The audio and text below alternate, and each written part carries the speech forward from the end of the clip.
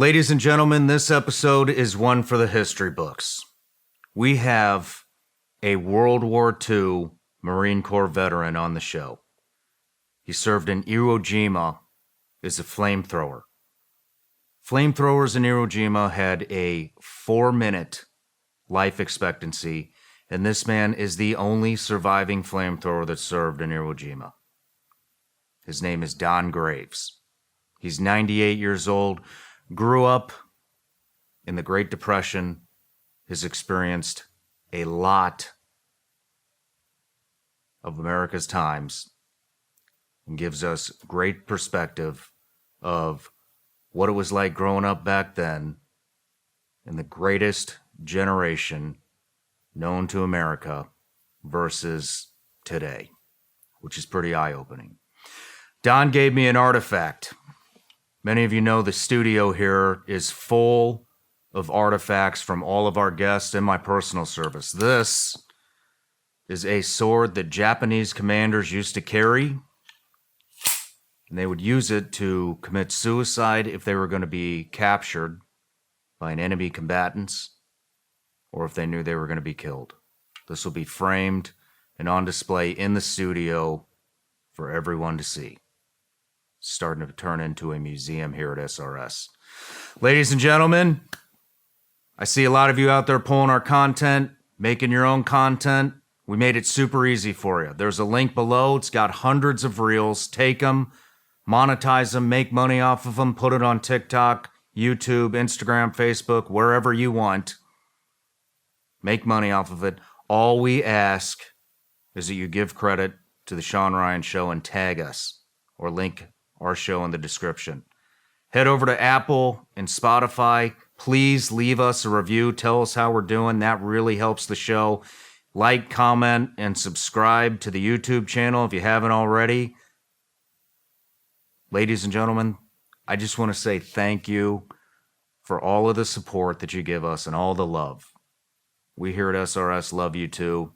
Without further ado, please welcome Don Graves to the Shawn Ryan Show. And one last thing, I want to give a huge shout out to the Air Power Foundation who made this interview possible with Don Graves. Without them, none of this would have happened. Thank you so much.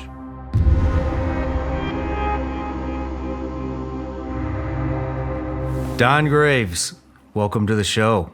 Thank you. It is an honor to have a World War II veteran sitting in this studio across from me today. Thank you so much for being here. Thank you for that compliment. So, it's a real honor. I want to give you a quick introduction here. So, Corporal Don Graves, you're a husband. You've been married for 72 years, 98 years old. You're a father, a pastor, Christian, singer, and you were a flamethrower at the Battle of Iwo Jima, World War II, in the United States Marine Corps. Couple of facts for the audience. Flamethrower was the most dangerous job in the Marine Corps. Life expectancy in battle was 4 minutes, 92% casualty rate during Iwo Jima. Graves, you were the only flamethrower from your unit to survive and walk off of that island. Your unit began with 335 Marines, and only 18 left the island of Iwo Jima. No officers from your unit survived. That's correct. That's amazing. I'm just humbled to get your testimony on what happened that day. But first, everybody that comes on gets a gift. I got you a couple gifts. Well, There you go. all right. You can have a look, see The what's Shawn in there. Ryan Show. That's me. Uh-oh. That's right. Uh-oh. Some good stuff in there. Uh-oh. A couple of covers for you. Vigilante Elite. That's right. Oh, I love these things. What is it? Hats? All the same. No, there's another one. Oh, is there? There you go. That's the good stuff.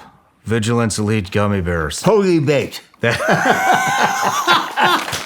Hoagie baked. Perfect. Perfect. Another cap. Oh, look at that. Yeah. Yep. There it is, the Shawn. No wonder he wanted me to look through the bag like this. Another. Just a couple more gummy bears. Oh, my goodness. That's all right. It's just a little something to remember our experience. I know here. who would like to get one of these bags. Yeah? I'll give you a couple more.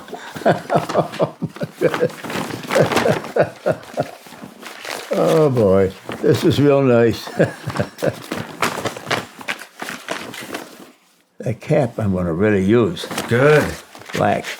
Black. You know why it's black? Why is that? Sands of Iwo Jima.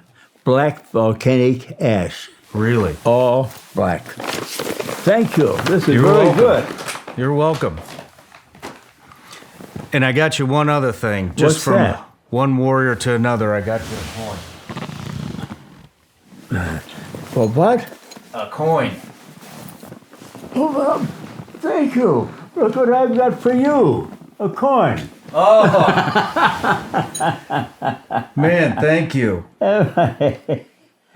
Oh, that's a Air good Power one. Foundation. That's a nice one. I don't have this. That is a naval special warfare coin from that represents all the SEAL teams. And I thought SEAL you should team. have it. That's a beautiful one. Thank you. This is I'll beautiful put too. this one by 350. All right. Thank you.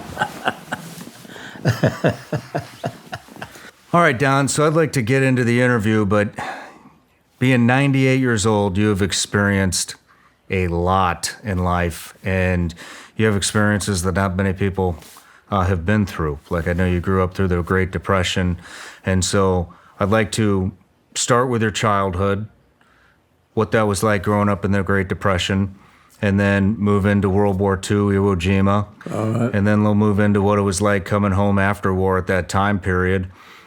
And we'll get into what you were doing afterwards when you became a minister, and then maybe we'll talk a little where the country's headed, and then we'll end it. All right. Sound good? Very good. All right, so where did you grow up? Well, I was born in Detroit, Michigan, 1925. I came up through the end of the big crash and went into the Great Depression. And President Roosevelt was our president, and thank the Lord he got in when we had that, because he settled it. He got us out of it. Nobody had anything. Gas was 10 cents a gallon for your car. My mother used to put 50 cents in, and we'd ride around a little bit. When us kids, we'd chip in some money. We'd have an old car, and we'd chip in dimes, nickels, whatever we had. We'd pull up in front of a pump, and they pumped your gas for you, and they wiped your windshield and everything. You got everything for that dime. Oh, wow. And we'd pull up and say, he said, "How much gas do you need there, young fellas?" I said, "Put 50 cents in." He'd look at us. "Yeah, that's 50 cents. That's 5 gallons. 5 gallons of gas. We could last all day on that." So, it was hard, but things were cheap. How old were you when the Great Depression hit? The Great Depression? Well, I think it ended in 31.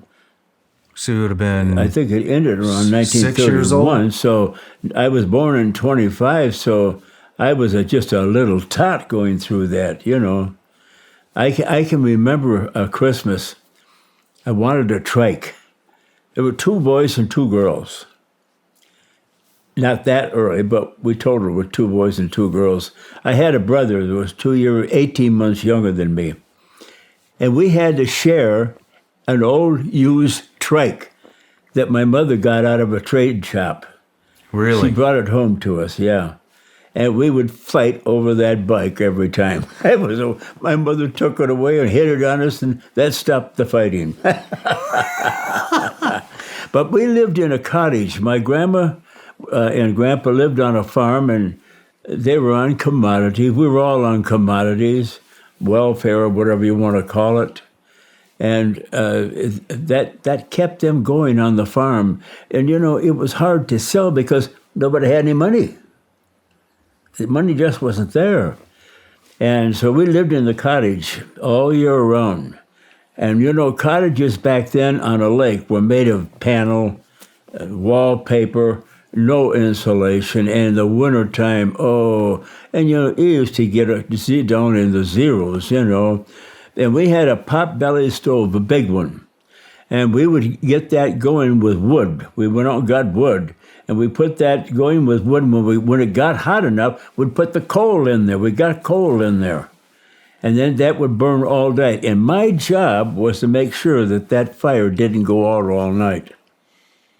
If it went out, I had a price to pay from my dad. What was that? He'd give us a good beating. Yeah? Yeah. He didn't mix words with it. He was a mean father. He was. I never had a good father, a wonderful mother. My father was a heavy drinker. I don't know. He never had a trade, but he did have a trade. He was a roofer. And roofers drank. Masons and carpet, they all drank. And I don't know why, whether it was the material they were using, the nails or whatever it was, but they'd always leave the job and go into a bar and drink and then not finish the day. When I was a little boy, I went with my dad, carried shingles up a ladder. Can you imagine? The cedars, they'd drop over your shoulder. I'd carry about 2 or 3 of them. And he would take practically a bundle up there. Well, so we all had to pitch in and work. And we lived on fish. We lived on wild game, rabbits, pheasant, quail. We hunted all the time, all year round.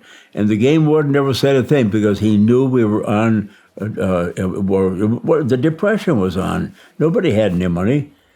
They wouldn't be able to pay a fine if they were fined.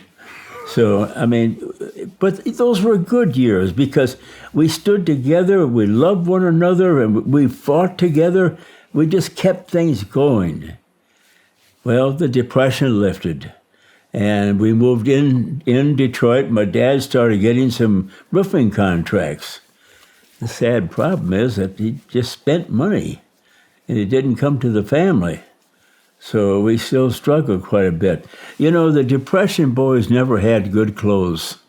And that's why we never went to church, because we were ashamed to go into a church. Oh, man. And that has a little bearing on my life when I hit the beach at Iwo Jima, which I'll mention. Well, we went to school. I wasn't a good student. I didn't particularly like school. And, it's strange. I hated math.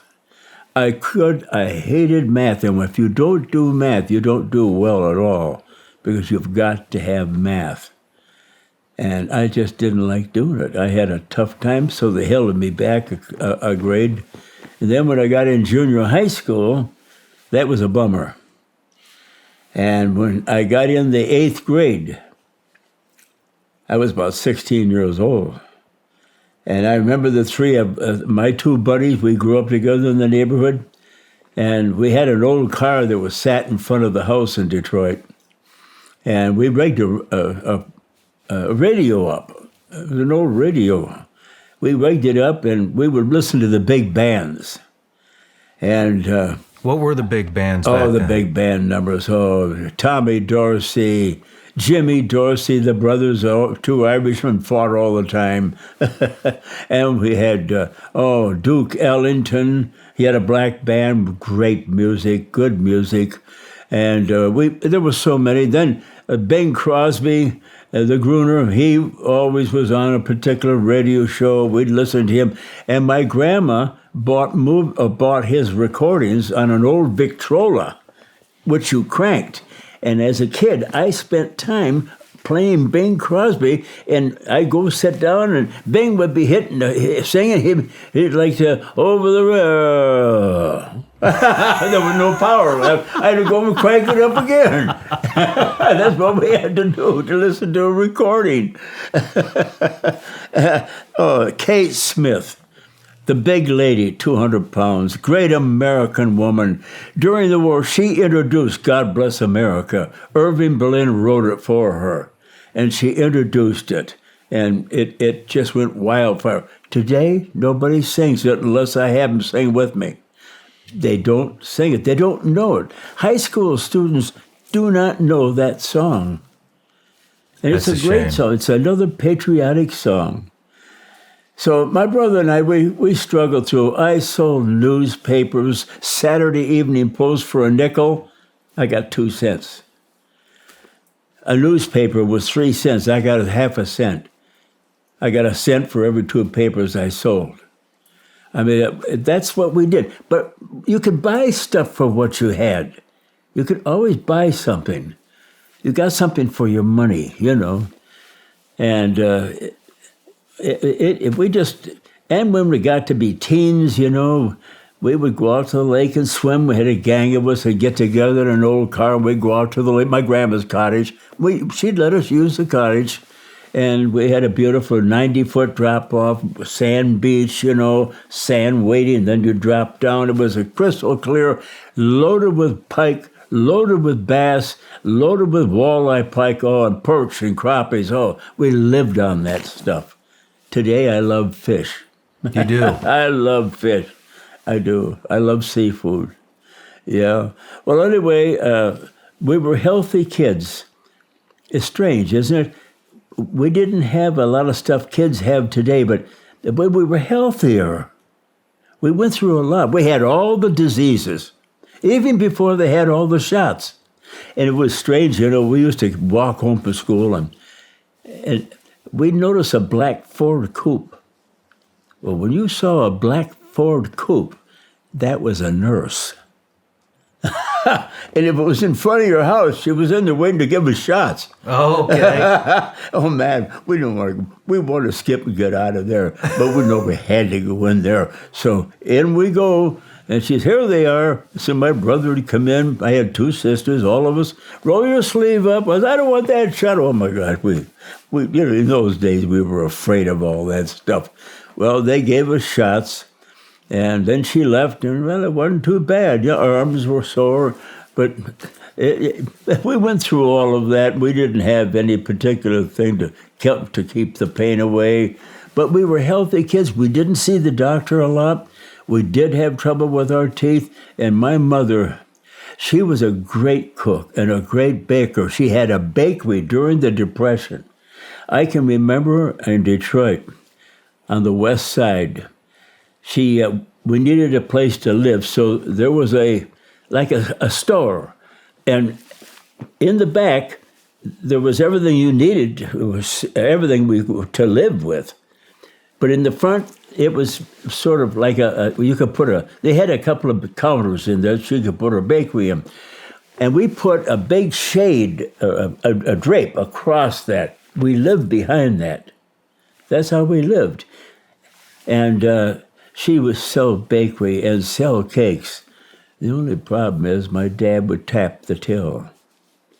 He'd open the till up and take money and go out. He'd be drinking. Oh, man. He just irresponsible. And us boys, we worked. When I was 10 years old, I will never forget it. My 2 buddies were coming down the sidewalk, and one of their dads worked for the Detroit City Railway. He always had a job. Always. Streetcars, buses, always had a job. So he always had money in his pocket. And he shared. We all shared. And so they came by and they said, "Hey, Don, you want to go to the movie with us Saturday?" And I said, "I haven't got any money." He said, "All you need is a dime. Get in." I said, "I'd have a dime. Wait a minute, maybe I'll ask my mom." Things were a little bit better then. I walked in, I'll never forget. "Ma, can I have a dime?" She said, "What do you want a dime for?"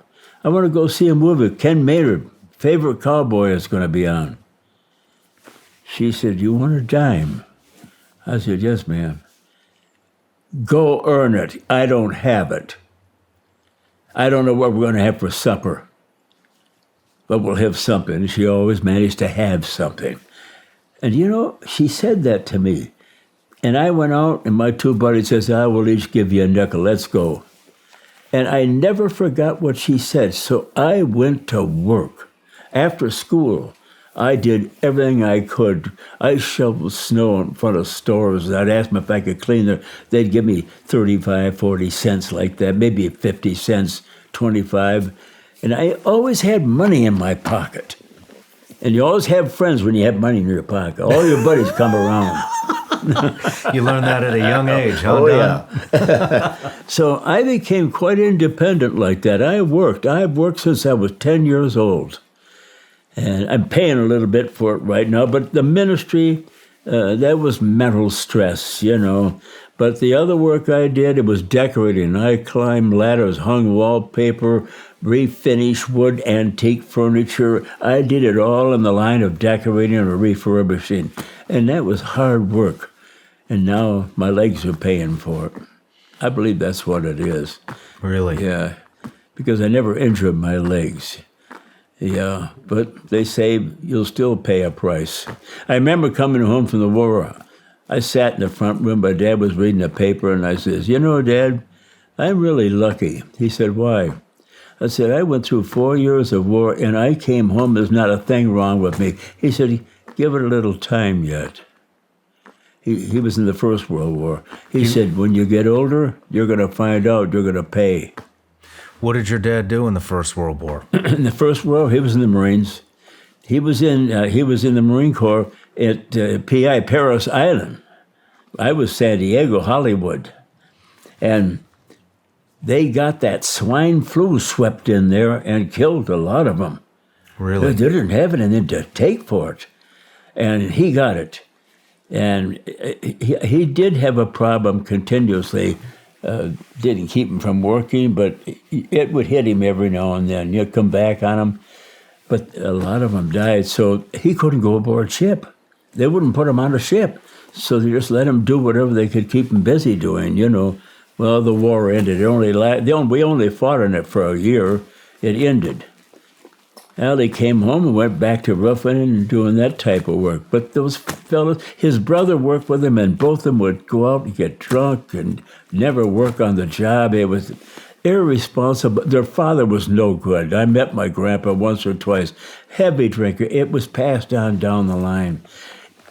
You know, during the Great Depression, people drank. They made their own stuff because, you know, it was a prohibition was on. In below the cottage, my brother and I would open up the doors and we'd crawl on. You know, you don't know what's under those houses. That's where they threw everything. They stuffed everything under the houses. So we opened the trap doors out and we crawled in there. We had rattlesnakes there in Michigan and Detroit, outside of the city. And they're short rattlesnakes, so we have to be very careful. I found these big, like a jack. And it had a crank handle. And I thought, what is this thing? So I took it out, and I brought it around the house. And my mother was in there. He was gone. I said, Mom, where did you get that? I said, under the porch. You put that back in there. You don't need to know what that is. Well, they capped bottles with it. They made their own booze, wine, and they made liquor. What kind of liquor? That's what was going on. What kind of liquor? I have no idea, but I mean, So prohibition fire, water, whatever. But it ain't like you get over here. Yeah. So prohibition was going on at that Oh, time. prohibition was going on. Then Roosevelt got in, and Roosevelt said to his vice president, "I feel like a glass of beer." And boom, that opened it up. And believe it or not, they didn't drink as much when the prohibition was lifted. No kidding. You tell a person you can't do that, he's going to try and do it. Yeah. We're all like that. We can't. There was a lady of ours, she was a wealthy woman, and when I was in the ministry, she helped us out a lot. I mean, she practically bought a house from me. I mean, she was just such a wonderful old bohemian woman. She had a lot of money. And she shared. And, you know, we'd be painting. in the parsonage that painting everything up.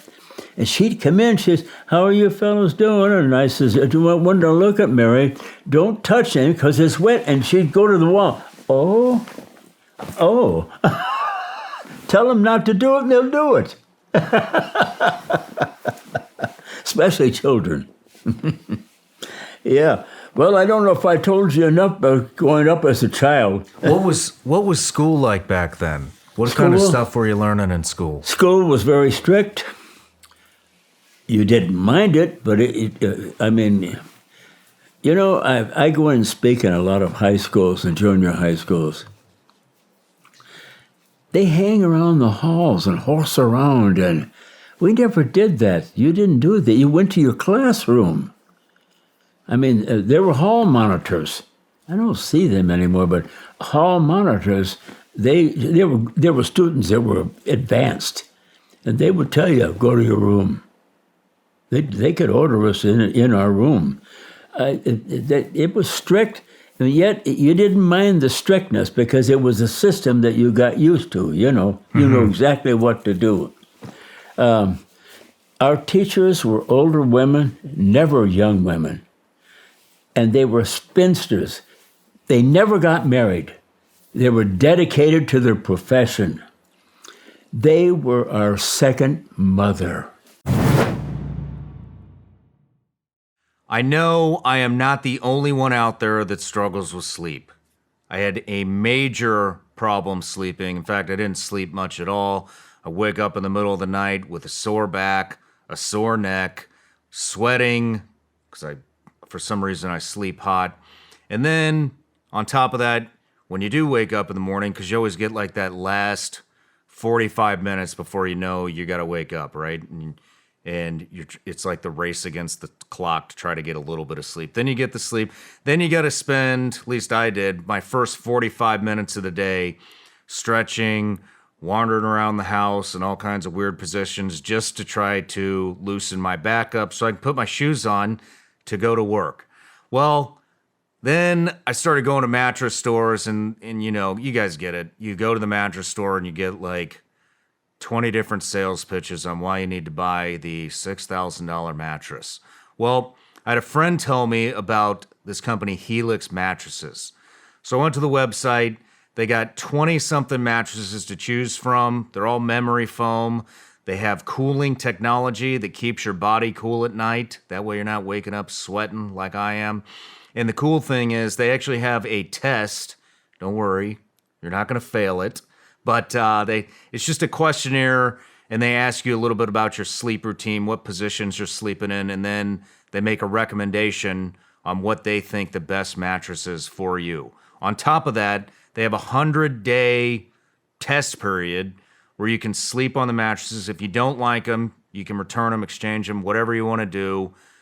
I'm telling you, Helix was a game changer for me. Now, I don't have to wake up and wander around the house and do all my stretching. Look, I don't even know what it does. It just works. Don't just take my word for it, guys. GQ and Wired Magazine have named Helix their #1 mattress. Like I said, just go online, go to helixsleep.com/SRS, take the quiz. It only takes you 2 minutes. Helix is offering 20% off all mattress orders and 2 free pillows for my listeners. Again, that's helixsleep.com/SRS. This is their best offer yet, and it's not going to last long. Go with Helix. Better sleep starts right now. You all have heard the buzz about ketone supplements and how they can boost your workouts by using fatty acids for fuel. I personally take HVMN's Ketone IQ just about every morning before every workout and multiple times during the interview. What I like about it gives me focused energy. It's not an energy drink. It doesn't give you the jitters or the anxiety like energy drinks do. It's just ketones. So it gives you focused energy, helps me focus on my interviews, on my workout, gives me energy, gets me fueled for the day. You can also pick up Ketone IQ now in Sprouts all across the country. For my audience, HVMN is offering 30% off your first subscription order of Ketone IQ. You can find Ketone IQ at hvmn.com. Use the promo code Shawn at checkout to save 30% off your first subscription. That's promo code Shawn. That's hvmn.com, promo code Shawn for 30% off your first subscription of Ketone IQ. I can remember several of us kids would become sick and we'd throw up. She cleaned that up. The janitor had one job, and that's to keep the boiler going in the wintertime, but if anyone was sick, she had to clean that up. I mean, that's what they did. And every morning we marched out of school around the flagpole and pledged allegiance. After school? No, in the morning, after school started. And on Thursday, the president, he had a program and he talked to children. Roosevelt did. And they had that on during school. Really? Oh, yeah. We listened to it. You listen to the president. What would he talk about? Huh? What kind of stuff would he talk about? Education, how we could be a president. I mean, it was really good. Now, this is in junior high school and senior high, you know. I'll never forget it because I can remember him talking. Do you know that every Saturday night in Detroit, President Roosevelt, all over the country, but for us in Detroit, see, the comics came out Saturday night. The white section came out Sunday morning. So we always get the comics and we lay them out on the floor. Well, the president would come on. All right, children, lay your comics on the floor because we're going to find out what happened to Lil Abner. And then Maggie and Jiggs. Did their daughter ever get married? Well, let's find out. Oh, it was so interesting. It was so good. My mother would sit there and listen. How long was it just Roosevelt that would speak to the kids, or did this go on through every presidency up to a certain point? Was it just Roosevelt that spoke to the kids, or did it continue on after Roosevelt? Oh, no, that was Roosevelt. That was strictly Roosevelt. Okay. Harry Truman got in. Things changed. We had a war, you know. Roosevelt got us out of the war. You know, the day we loaded up and took off from Iwo back to Pearl Harbor, we got the speaker sounded off. Now hear this. The old man is dead. We said, old man. President Roosevelt died this morning with a cerebral hemorrhage. Harry Truman will become the vice president, or the president. We said, well, who's Harry Truman? We never heard of Harry Truman. Roosevelt never used his vice president much, like they use him now, you know. But Harry did a good job, yeah. He was a mule skinner. Did you guys learn a lot about American history in school? Oh, we loved history. We had American history. Detroit has the Detroit Fort at Mackinac. It's between Canada and Michigan. That fort is still there, and tourists go in there all the time. And they play over the speaker a battle between them and the Indians. It's interesting. Families love it. We had the Mohegans. There was a story written, and it became a movie, Last of the Mohegans. Have we seen that? Yep, Last of the Mohegans. So Detroit had a lot of good history. Well, it's the birthplace of Ford Motor. And Henry Motor, he did a lot for the city. He and Roosevelt got together and started Bad Boys trade school. And most of it in those days was tool and die. Really? Well, things changed. Automation, tool and die went out. What was punishment like in school? Pardon? What was punishment? Punishment? There was everything. There was discipline dealt with for if the teacher handled minor discipline. If it was any further than that, she called for the vice principal, and the vice principal would come down. And if he had to single one or two out, he said, after school, in my office. We'd say, yes, sir. And we went into his office. He would talk punishment. The principal, old man Cotter, ready for retirement, would use a razor strap on your hand. Oh. Bam! Bam! And he'd watch your face. And the best thing you could do was start crying, because he stopped then. And the women were working right around the desk and all that. They hated it. You could see them wince their face. Well, old man Cotter died, and Mr. Long, the vice president, took over. And he called me in the office one day. He lived 2 blocks from us. I used to deliver him newspapers. He said, Donald, I want to show you something. He reached in a drawer. The president's dead. Yeah. He picked it up. He said, you remember this? Yes, sir, I'll never forget it. He said, throw it in the ash can for me. You're the last one that was strapped with that. He never resorted to physical punishment. He humiliates you with talk. He impressed you. You went home thinking. Yeah. You didn't go home rubbing. Those were good days. Yes. Yes, we got tired of school, and yes, we waited for summer vacation to come, and then we all had to go to work. Couldn't lay around. We all had to go to work. I sold news. I was a Western Union boy in Detroit. I delivered telegrams all over Detroit, downtown section, some for the Detroit Tigers. I had interesting people. I knew every business building downtown. People would say, Donald, I have to go pay a bill, and where is the Ford building? You take what you call it to work, and then jump over on what you call it, and it's about 2 blocks down on the left. You can't miss it. What kind of stuff did you like to do for fun back then? For fun? Yeah. I loved fishing. Yeah. I liked organized softball, but I liked fishing and hunting. That's what I loved to do. Really? What kind of fish? Huh? What kind of fish? Crappies, bluegills, perch, bass. When we trolled deep troll for a pike. And I'm talking about pike, right like that, 2.5 feet long, right like the good size northern pike. A lot of bone, but delicious meat. Friday in Michigan. It's that way in Wisconsin. I don't know if it's that way around here or not, you down south.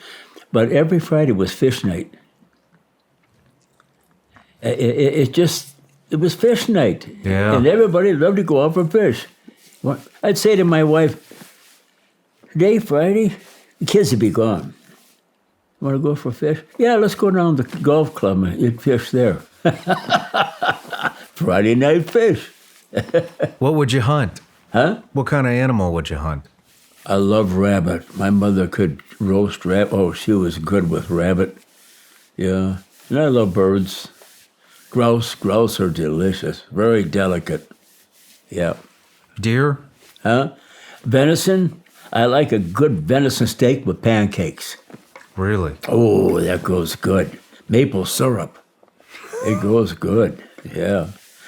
I went deer hunting up north with my dad. 14 years old. Never forget it. There was a cousin of mine there, 14, same as me. We hunted together.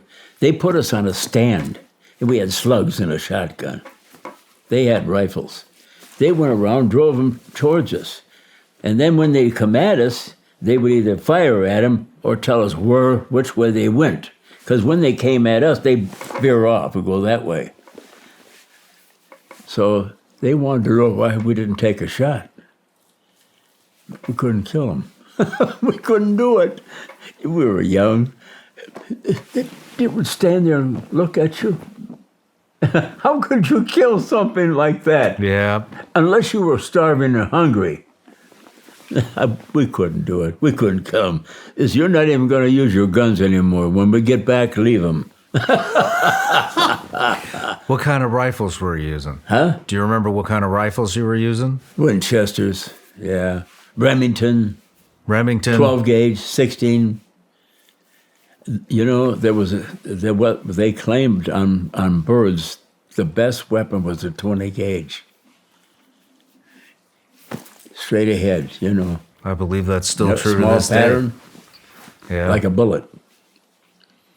Excuse me, a round. Couldn't do that in the Marine Corps. Round. How many rounds hit him? 3 of them got him in the leg. What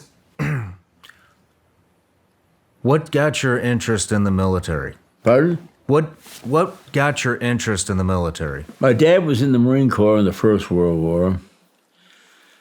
He never talked much about it, but I knew he was in, and we'd ask him questions, and he reluctantly answered us. He was not a discussion type person at all. No, I don't know he'd go like that, you know. It was, I don't know, he had something in his childhood, just a mess, you know. But what was your question? I asked you what got your interest in joining the Marine Corps? What? What got your interest in joining the Marine Corps? To go in the Corps. 2 actors, Pat O'Brien, Jimmy Cagney. Both of them played a lot of Marines, tough sergeants, and I just liked the Marine Corps. I liked the uniform. We were all honest by saying, you got to admit, it was the uniform that really interested us. It still is. So we paid a heavy price. A heavy price. We went into boot camp. The first thing we heard there by a bunch of kids that had already went through, "You'll be sorry." Yeah, but I love the Corps. We fought good. We were Americans. This is one thing that the Corps appreciated when we went in to sign up. Why are you signing up on the Marine Corps? You realize that we're the first to fight? We said, yes, sir. Well, why do you want to come in the Marine Corps? Because I know they fight, and we want to fight the enemy. We want to fight Japanese. That's just the way we felt.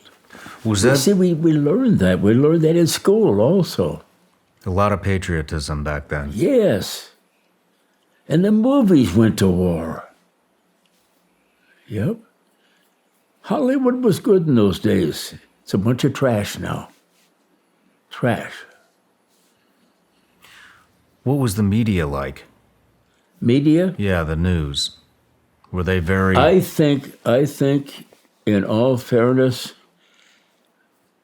I have never experienced anything in my life until now, these past years. The last of what I was used to was with Donald Trump. I haven't seen it since. Breaks my heart. Yeah. I love my country. People are distorted. Their minds are all goofed up. They don't know what to do. And that's because the schools are to blame. With our high school kids today, I'll be very honest and frank, and I know what I'm talking about because I've spoken high schools. Can you imagine a school dropout going to a college or university and talking to students? The Baptist Theological Seminary I went and spoke to twice in Dallas. And they know that I did not finish school. Why? What's the difference? What happened? I think that we learned something that was deep-rooted with our country that they don't get today. No. And Hollywood is not making good, wholesome movies about our country. We learned a lot of history from Hollywood. A lot of history. We learned all about Ford, how he started out.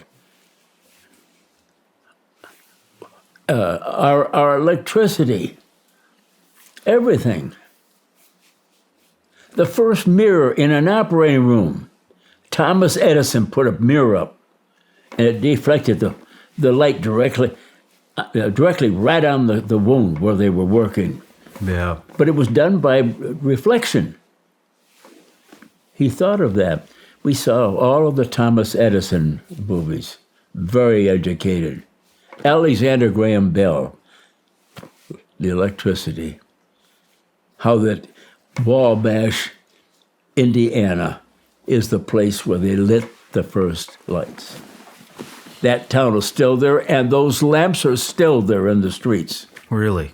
My son had a home there for a couple of years, and I went there quite a few times. Did Americans get along back then?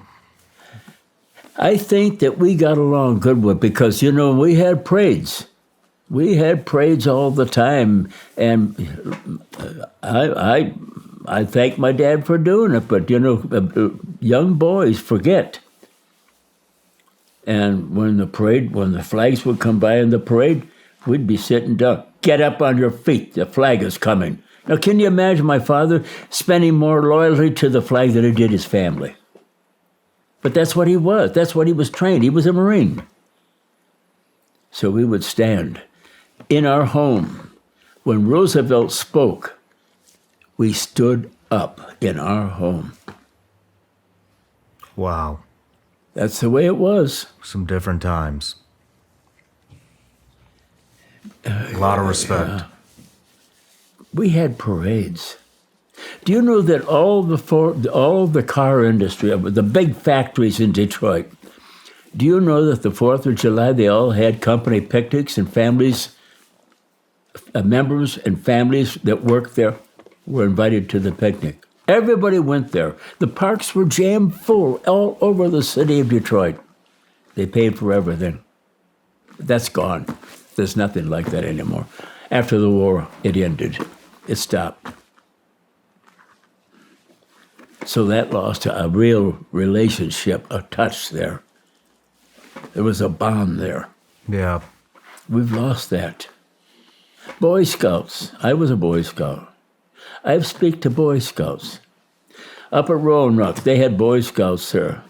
It was a patriotic day, and I spoke. And they were standing around with their hands in their pocket. One kid had his shirt tail hanging out. And I said to the scoutmaster, "Is the scoutmaster there?" And he raised his hand. "Would you mind bringing the boys up to the front?" And he said, "Sure." And he got them all together. They all came up the front. They thought they were going to be recognized. And I said, "Would you boys turn around and face the audience?" And they turned around and faced the audience. And I said, "Young men, do you realize that you are the future of America? Do you realize that maybe someday you will have to take our place when it comes to battle? Look at you now. You got your hands in your pocket, your shirt's hanging out. Look at your socks. Straighten up. Get in good shape there. And do you help people cross the street? We did. If you saw a woman with bags of groceries and ramps, would you help her, or would you let her walk right by you? I mean, and the scoutmaster stayed on the other side looking at me, and he shook his head with agreement. That's what we got. That was just recent. We got a problem, and the school is to blame for it. Yeah, I don't disagree The with you school there. had more of us than our own mothers, and they didn't use it. And they're not using it today, and we're losing good teachers because they're not going to teach that junk. Trash. Has nothing to do with our country. And another thing is, one thing we have to learn. I speak to a lot of our young men that have lost their arms and legs. They can never say they had victory. They can never say they won the battle. It's still going on. They've been doing it for 2,000 years, for crying out loud. They've been fighting Israel. It's not going to stop. That's all they know. We had no business going in there. And we sent our boys in there because, we're America. We're going to help the world. The world doesn't help us. We're on our own. Yeah. So you ask a question like that, and I reach way out that far ahead. Well, I appreciate the fact that but you do. We've got to look at this. We need to know we've got to realize what's happening. We've got to get back to being a patriotic country. We've got to protect our nation. We've got to see that gate slam shut on the border. Run those that are standing there, run them back over on the Mexican side. Shut that gate up and lock it up forever. Yeah. I think it's going to happen. I think so too. It's going to happen real quick. I think you're right. That may sound like harsh words, but I love this country. We better start. I was in France, Normandy. We spent some time in Normandy. 3 veterans. We were invited there for a big celebration. One of the first things I saw when we drove into the yard of a home where they were going to keep us for 4 or 5 days, I saw the American flag flying right next to a French flag. And I saw it everywhere, all over that part of France. Schools, buildings, American and French flags together. And I didn't know that. I never really liked the French.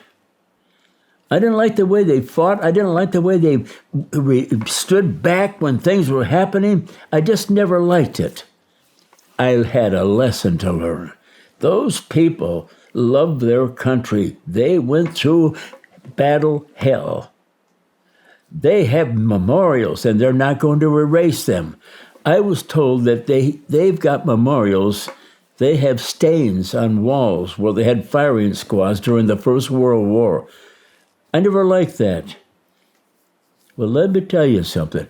If anyone goes to France and goes to Normandy and goes a few miles out of Normandy, they will see a little church chapel that is over 100 years old on a river side.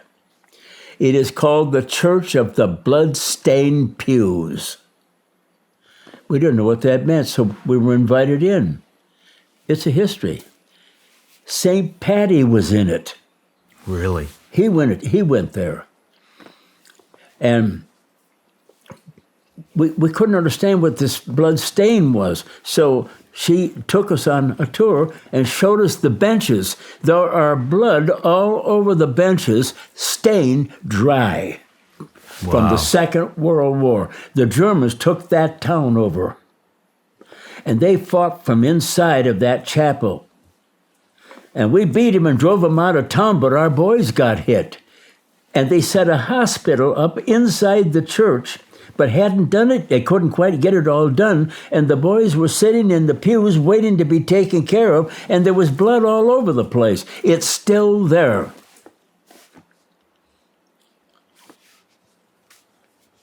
My dear friend Kelly was with us. She knows, she's seen it. Or did you not? I don't think she did. That was some other place. We went to Ireland. I got to Ireland too. So let's get back to what got you interested in joining the military. What got you into joining the military? How old were you when World War II started? How old? When the war started? 16 years old. 16 years old. 16, yes. And I'll never forget what really stimulated me. It was the 8th of December, one day after Pearl Harbor. And it was cold, 8 degrees below in Detroit. And we were sitting in an old car listening to the big bands over an old radio we hooked up. and we were wrapped up in a blanket. We had caps and jackets on, but we wanted to listen to the big bands, you know. And our parents really didn't particularly like it, so here we could listen to it.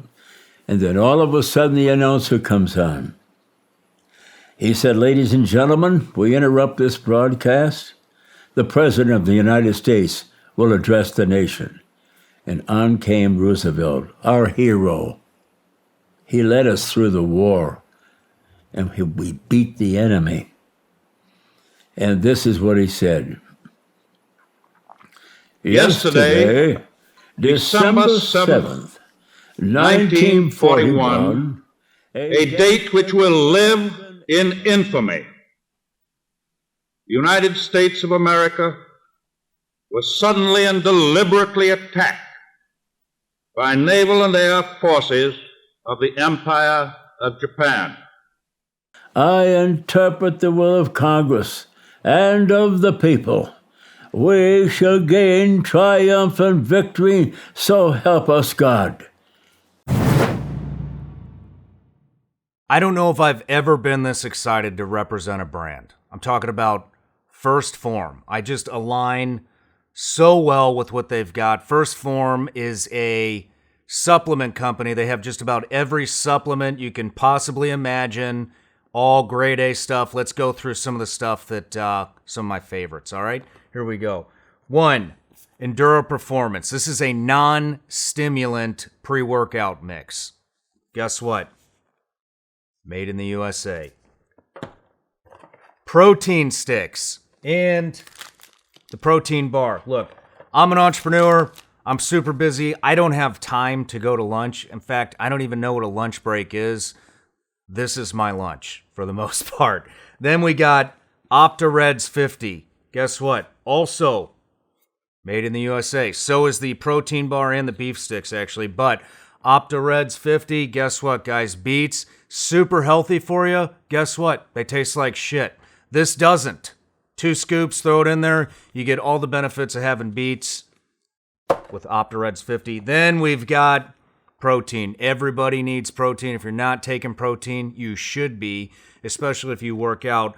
My favorite, chocolate banana. Guys, let me tell you something else about First Form. The owner, CEO, Andy Frisella, guy has made a phenomenal company. True American dream story. Started from absolutely nothing, sleeping on a mattress in the back room of a very small shop. Now, he's built an empire. Check it out. Go to firstform.com/SRS. He's also put a culture into his company that this entire country could use right now.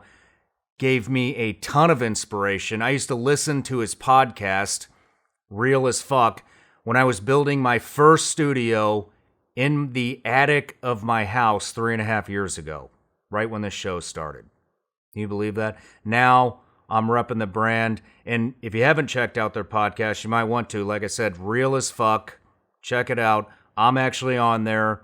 I do a pretty decent job, but let me know what you think. Anyways, once again, go to firstform.com/SRS. And when you get there, if you order $75 or more worth of product, guess what? You're getting free shipping. But you're only getting that if you go to firstform.com/SRS. That's 1STPHORM/SRS. Ladies and gentlemen, this is a real American company that aligns with all the values that America stands for. Check them out. If you're a business owner and you're hiring right now, you are also dealing with economic uncertainty.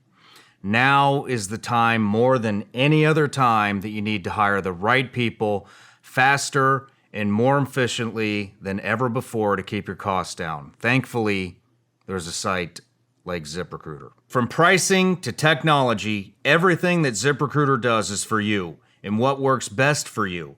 And right now, you can try them for free at ZipRecruiter.com/SRS. Here is how ZipRecruiter prioritizes your needs. Reach more qualified people. ZipRecruiter sends your job post to 100+ job sites. Beat out the competition for talent. ZipRecruiter lets you invite candidates you really want to apply to your job before other businesses can snag them. Hire the best with the help of a partner who's all about you. ZipRecruiter. 4 out of 5 employers who post on ZipRecruiter get a quality candidate within the first day. Just go to this exclusive web address to try ZipRecruiter for free. ZipRecruiter.com/SRS. Again, that's ZipRecruiter.com/SRS. ZipRecruiter, the smartest way to hire. Soon as that was over with, I said to my 2 buddies, I said, tomorrow morning I'm skipping school. I'm going down and join the Marine Corps. And they said, you can't, you got to be 17 years old and you have to have your mother and dad's signature. Well, I can get them both. I only got 6 months to go. I'm going down and get the paper. So I got up in the morning and I had 2 sisters and a brother. I said, don't tell anything to Mom. I'm going down to the Marine Corps office this morning. So I took off. I ran downtown. Saw a gunny sergeant in the doorway. He met me. He said, young man, what can I do for you? I said, I want to join up. He said, how old are you? I said, 16. He said, I can't take you. You got to be 17. When will you be 17? I said, in 6 months. Tell you what I'll do. If you want to do this, I will give you a piece of paper. You take that paper to your mother and father, and when you're 17, you have them sign it, bring it back, and we'll do business. You want to do that? Yes, sir. He said, go. And out the door I went, down the stairway. Ran all the way home as best I could. Ran through the back door, but I forgot I skipped school. And my mother was there baking. And she said, what are you doing home? And I realized I had skipped school. And I said, Ma, I skipped school. I went down to the Marine Corps office and I got papers. And when I'm 17, I'm going to go in the Marine Corps. No, you're not. You're going to stay in school. You're not going to do. I went through this already. One more. I'm not going through this again. So forget it. Throw it away. I went in the front in the dining room and went in the buffet, opened the drawer, tucked it under some papers, shut the drawer. 6 months later, it was May 3rd, and we had a small party. My dad was there. And I knew I had no problem with him. So I went and got that piece of paper. I didn't have a pen. I said, Dad, sign this, will you? He said, what is it? I'm going in the Marine Corps. Give me a pen. He grabbed the pen and he signed it. He said, Vera, sign this. She said, I'm not signing that. And she went through that same thing. I went through this before. I'm not going to go again. He said, Vera, let me talk to you a minute. Now, listen to me. The boy walked out of school. He's doing odd jobs. He'll probably turn out to be a bum. And I went like this to my mother. She said, give me the paper. And she signed it. They both had to sign it. I went out that door and I ran all the way downtown, saw the sergeant again. What did he say? He looked at that. He said, you got it? I said, I have. Here it is. He said, good. Now he said, I want to tell you something. See that door over there? Yes, sir. You're going to go in that door and meet a Navy doctor. I said, yes, sir. He said, he's going to check you over from the top of your head to the tip of your toes. You ain't never going to forget it. Do you want to do that? I said, yes, sir. He said, go. I went in, knocked on the door, I said, come on in. Walked the door, and he did. He checked me from the top of my head to the tip of my toes, and I ain't never going to forget it, and I haven't forgot it yet.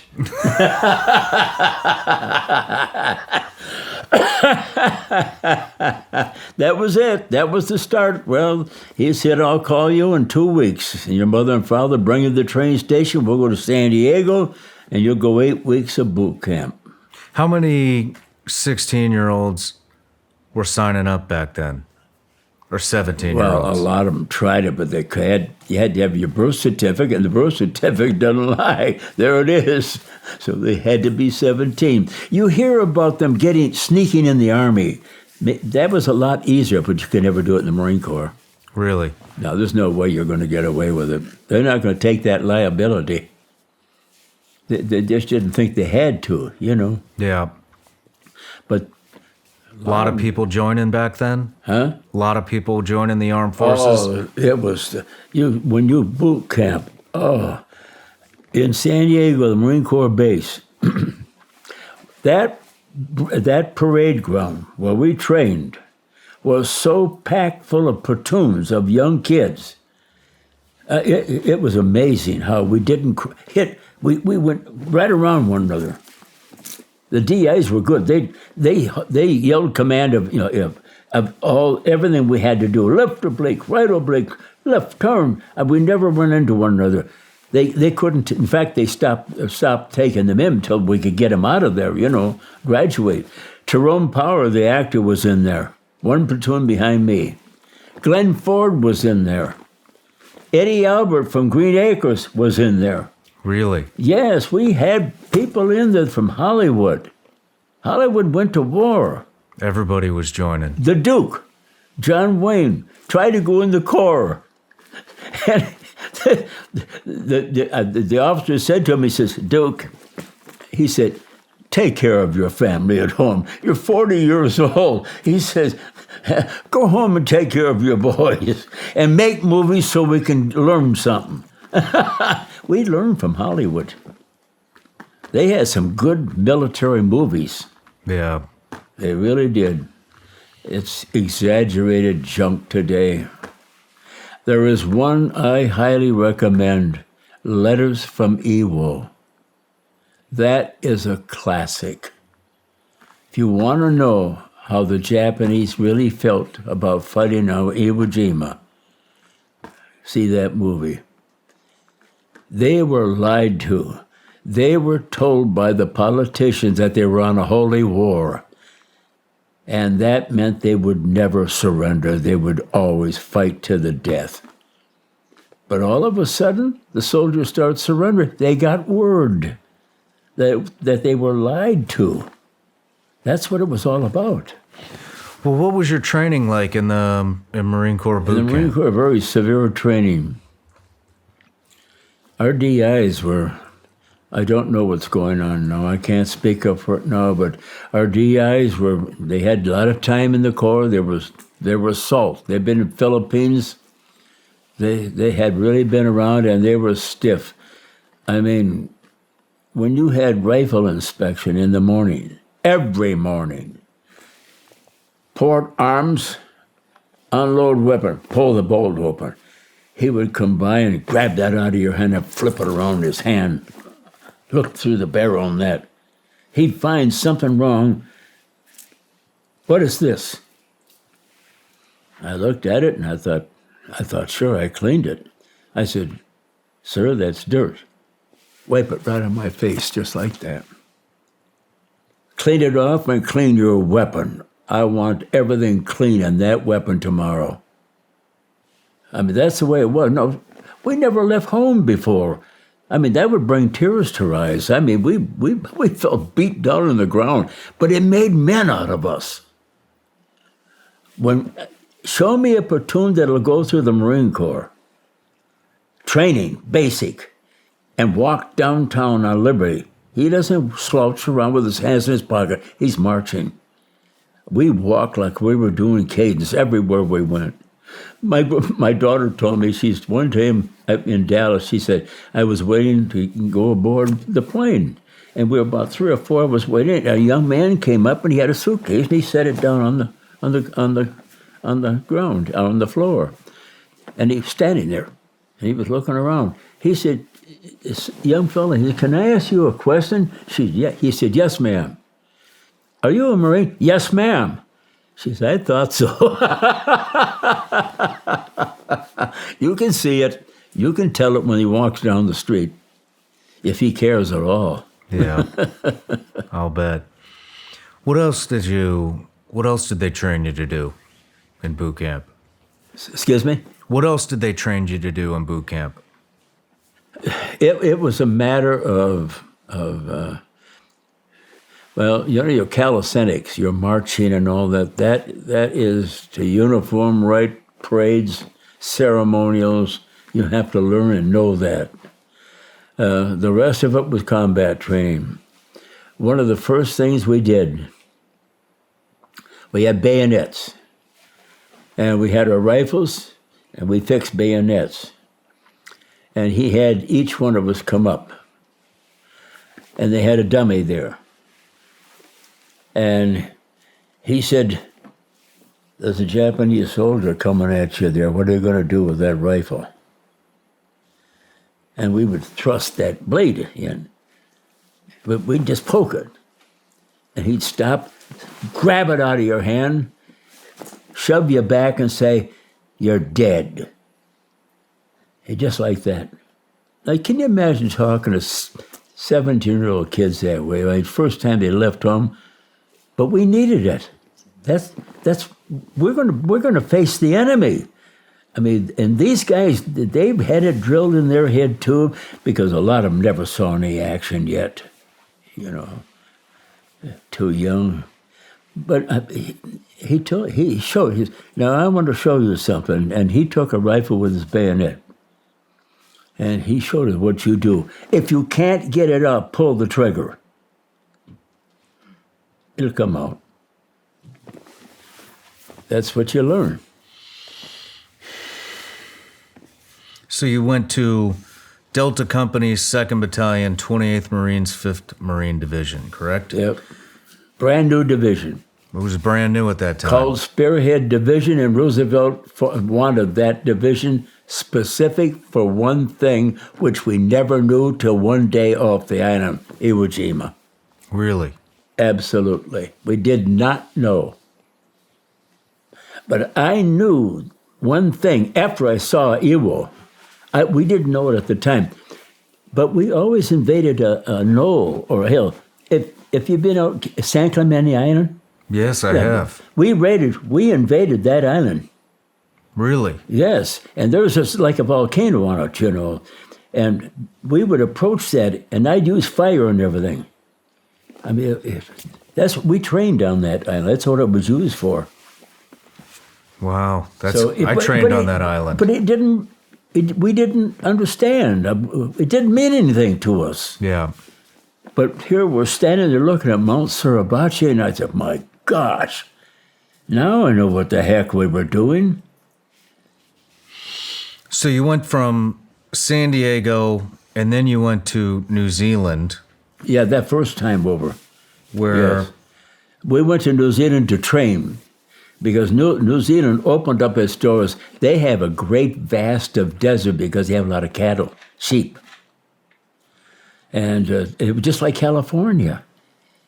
And it's only 200 square miles, you know, but they let us do that there. And so, otherwise it would be Hawaii. In New Zealand? Yes, New Zealand.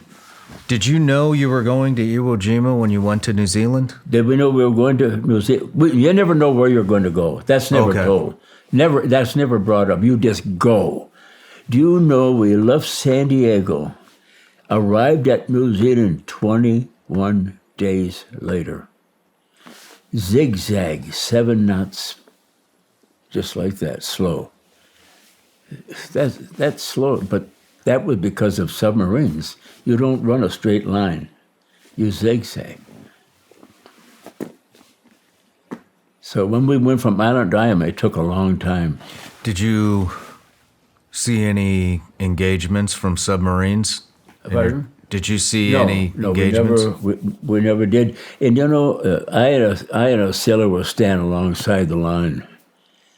And I said, hey, this is scary. We don't have any protection. He said, sure you do. And I said, where? He said, guns, we got that, but I mean out there. He said, don't worry, we got plenty of protection if we need it. Well, something happened, and I don't know what it was. We got near the equator. And all of a sudden, I heard, ooh, ooh, ooh, ooh. A destroyer pulled right up alongside of us. And then they stayed for a while, and then veered off, gone, never saw them. As you look across the ocean, the waves, you can't see them anymore. You can't see them until they're on you. So you do have protection. Okay. Yeah, they're not going to send a convoy over there without protection. So you were going to Island X. What is Island X? Excuse me? What is Island X? I don't know. Was that a code word for New Zealand, or was that a code word for Iwo Jima?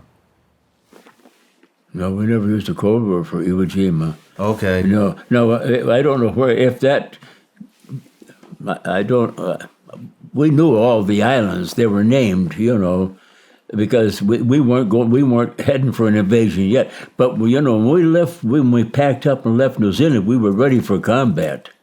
But our job was to knock out tanks. And on the islands, tanks didn't do very well. They went down in the mud. And so they used them for artillery. So how were we going to make up by going in there? We had half tracks, and that wouldn't work. So they broke us up. They felt we weren't needed. Went back to the States and formed the 5th Marine Division. Okay. So That's when we formed the 5th Division. So you went to New Zealand first, Yeah, then the back. first one was the Anti-Tank Battalion. Okay. Yeah. So I went on 2 tours. And then the next time we were ready, we went to New Zealand. And we stayed there and trained for a while, then loaded up and got around Honolulu, went all through the channel, on our way to Saipan, got off of that and loaded LSTs, which had 6 amphibious tractors down below. That was going to take us to combat. And we took off for 2 weeks, and one morning we woke up at 5 o'clock in the morning, we're banging away, and airplanes flying, and we were right in a battle. And about 2 miles away was Mount Suribachi. And we saw that mountain. We could see it. And the Navy and the Air Force hammered that thing. It was a cloud of smoke all over the place. Before we get there, when did you become a flamethrower?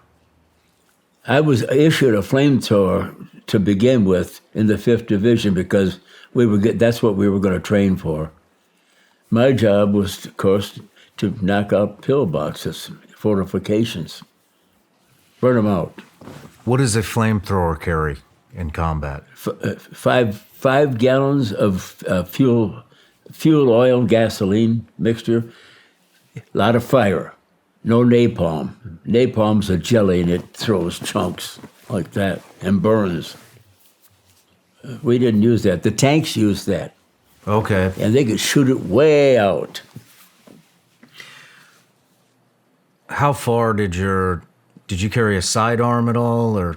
I carried a .45 because I couldn't carry a rifle. Because that gun is about that long. Yeah? Yeah. What about how much distance could you get with a flamethrower? How far would it go? Yeah. I would say with a straight shot, full force, you'd probably get 65, 70 feet. Wow. Right in there. Oh, yeah. But it wouldn't be as effective if you burst in the entrances, because you're going into an open cave. There's always an entrance, and you blow fire in there. Just blow a couple of bursts like that. You have 6 to 7 bursts. That's all you've got. If you held the trigger back in 15 seconds, you're empty. That's it? That quick. Wow. So you have to learn to swoosh. Swoosh. That's it. You got about 5 or 6 like that. 5 gallons gone. Yeah. Wow. How many? 2.5 in this tank, 2.5 in that tank. The pressure tank was in the middle. Yeah. So there's 3 tanks. Yeah, well, it's 3 cylinders. Okay. Yeah.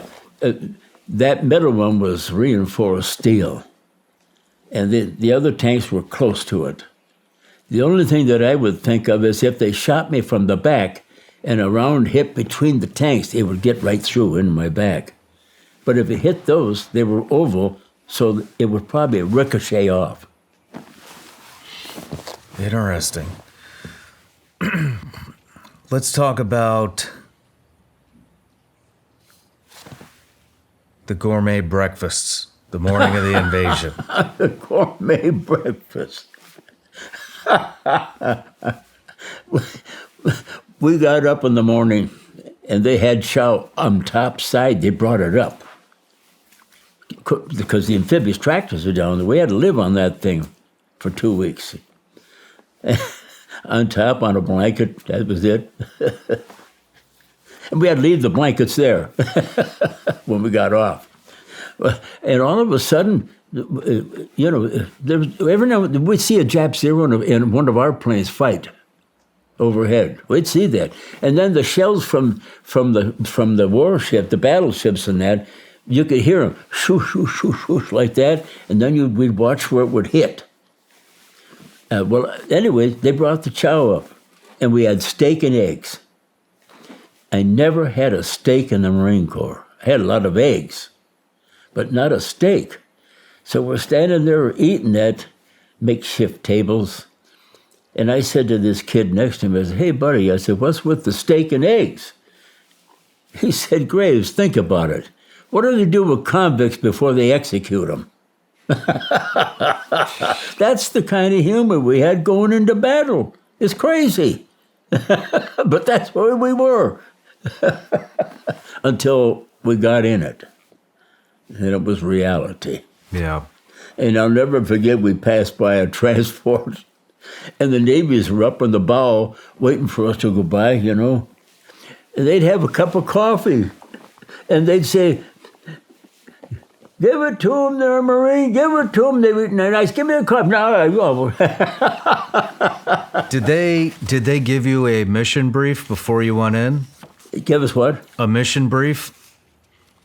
Did they? Yes, yes, we had briefing. What did they tell you? They said, if you can take a prisoner, take him. We don't know a thing about this island. We know it's 8 square miles. We have an estimate of 22,000 Japanese soldiers on it. 22,000? 22,000. Yes. How many Marines were going in? That would be 65,000. 3 divisions. There's 20,000 in a division. Well, 20, 40, 60.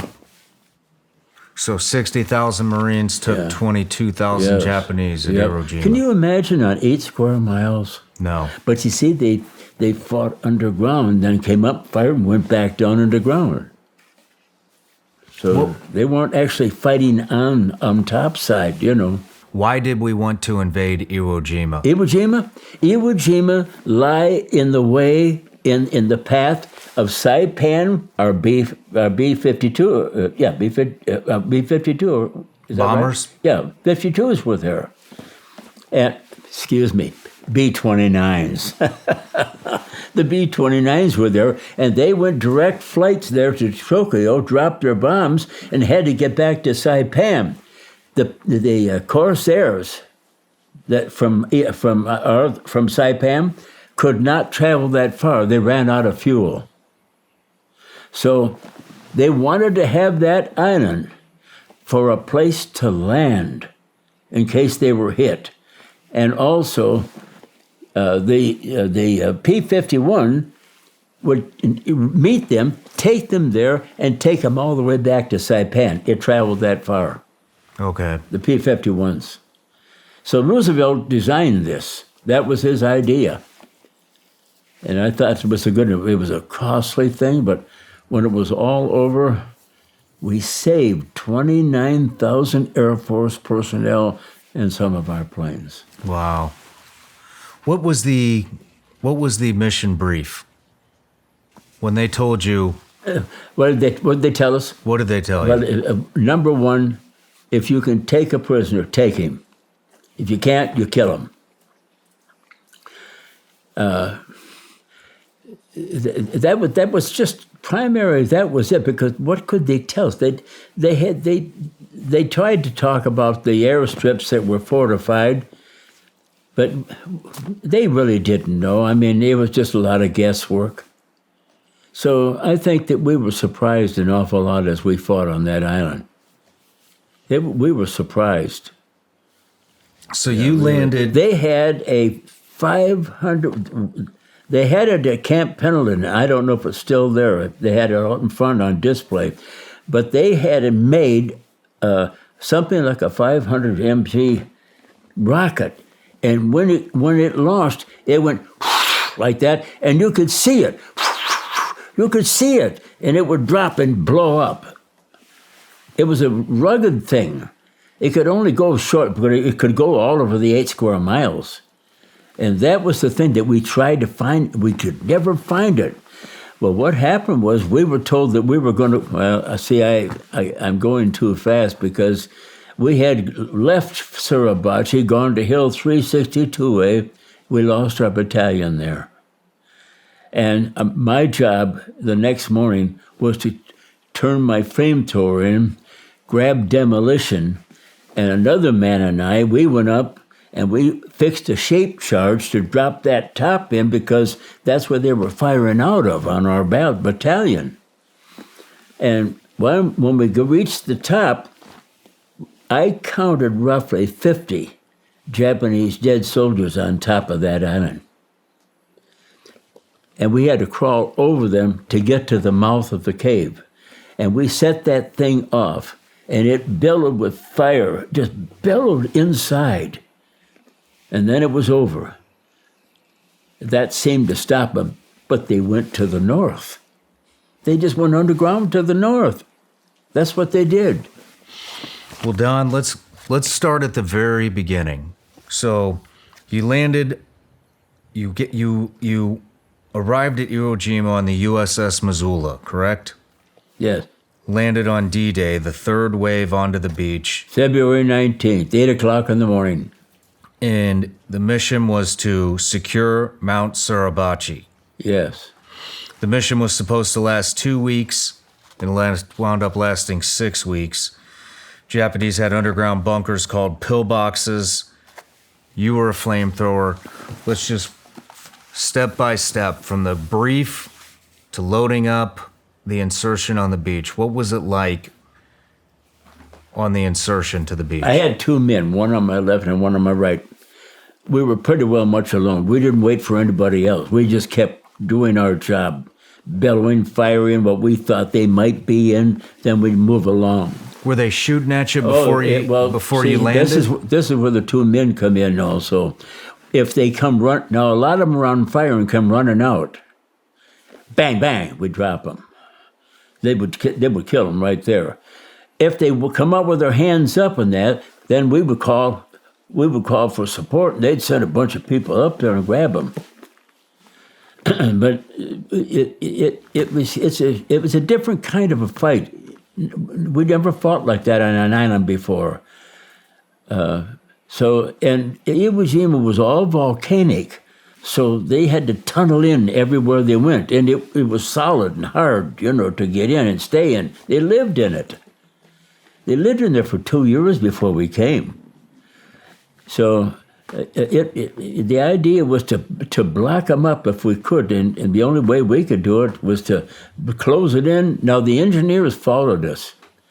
We would do our best to get them out. And then when we left, they'd come along, blow the thing in. Dynamite it. Can you describe how long it took you to get from the beach to the tunnels, to the pillboxes? It took, from the top of the beach was 575 feet to Mount Suribachi. We got there the 3rd day. Wow. 3rd day.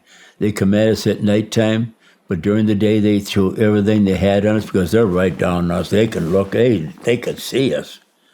That's why my skipper, when he took a round, right, bad place, he crawled up behind that rock and they couldn't get him. And he lit up a cigarette, and that was it till we found him. What did he say? Yeah. When we reached the base finally, we had a hand fight with hand grenades, but they were throwing them down on us, but we couldn't throw up. Now, normally we can grab, if we're fast enough, we'll grab that hand grenade, we'll throw it right back at them. Their own, and it'll get them. But we couldn't do it. We couldn't throw them uphill. That's quite a long ways up there. So what we did is we secured the base, blew them out of there, just did everything. We got them out of there. They went down in the cave and went down below Mount Suribachi. Some of them came up to the top there, and then our patrol that went up with this flag that my battalion commander gave them to put up, They killed a few of them up there anyway. Yeah. Were there planes? Can you describe the scene a little bit? Was there planes above? Were there how much When shooting? we fought, no, they did not come because they'd be hitting us, you know. So it was all man on man. We gave them word that we're mopping up Suribachi right now. Don't be coming on to us. So they did not come. So it was just Well, we ground wouldn't let them forces. come. We didn't want them to come because we were all over that place. They had a battalion of men. Well, I'll tell you, when we left Suribachi, we didn't have a battalion. And when we got to Hill 362A, that was a bloody thing. It just hammered the daylights out of us. I almost cried. I was off to the side with the flamethrower. If they get me, I'm chopped liver. That's all there is to it. They got my squad leader. They tortured him. They found his body. So I took over the squad. But then I lost the squad. So I mean, it was just a bloody, confused battle. We didn't know what to really expect because nobody knew anything about the island. It was kept secret. How many friends did you have die there? How many? How many friends did you have die there? I had a kid, Orville Caribou was his name. We went to school together in Detroit. We went to school together, and he was a rifleman. He was killed on Hill 362A. I had about 3 or 4 good buddies there that were killed. We lost our officers. None of them came out of there. So we fought to the north end, and by the time we got to the north end, we held it right there because we had them down by the water. We had about a week to go because we knew we would be fighting 6 weeks there.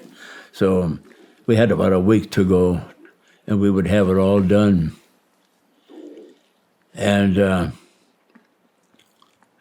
they would come at us at night and then go hunker back down on the beach by the water. They can go swim. Our ships, our boats would take them up, pick them off, or they could come at us, and eventually we'd wipe them out because we killed like 200-300 every night at a banzai charge. I think we were fortunate. I don't know in my battalion of anybody that really got killed by a banzai charge unless it was hand grenades. But bodily, they did not get to us, and that's what we were really afraid of, bayonet fighting.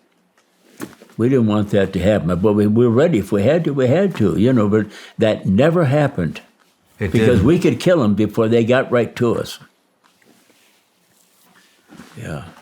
How long did it take for you to see the first Marine killed in action? I didn't quite get the question. How long did it take for you to see the first Marine killed in action at Iwo Jima? Not long at all. When I hit the beach, I lay face down. I had these 2 boys with me. We were scared to death. John Bassalone, Medal of Honor, Guadalcanal, the first one. He was killed right to our right, never got up. 3 kids ahead of me were already dead. There were bodies laying all over the beach, and we had to crawl over those bodies to move to the top. But it was hard getting to the top because nobody could get off the thing. Every time you'd get up to move and run, and when we got it, they had it all. They plowed up the volcanic ash loose, 2.5, 3 feet of it, and it would sink right up to here, right up to your calf, and then you had to get your leg out. Well, I had a flamethrower on. Well, by the time I reached the top, I lost my 2 buddies. They weren't with me anymore. So I went the first night of that battle. I was alone. Oh. In a hole, too. It was a mess. It was really a mess, a disaster. That's the problem of going on these islands you don't know anything about. You don't know what to expect.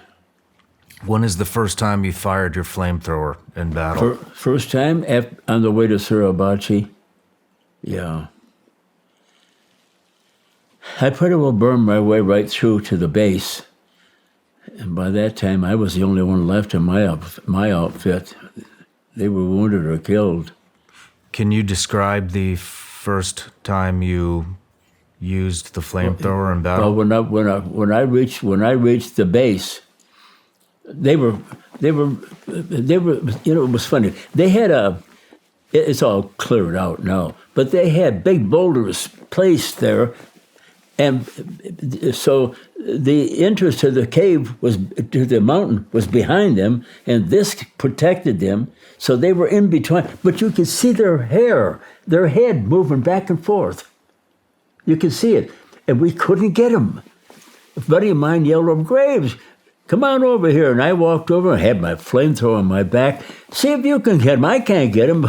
So he held the gun on my gun, flamethrower, and I took the bar, and I'm firing away, and I'm chipping the rock right at the guy's head. We hit the top of the rock, but we couldn't get him. And then he'd move over him. We tried. That went on and on and on. So finally what we did is we called for air power. And our Marine planes came in, and they strafed the daylights out of that thing.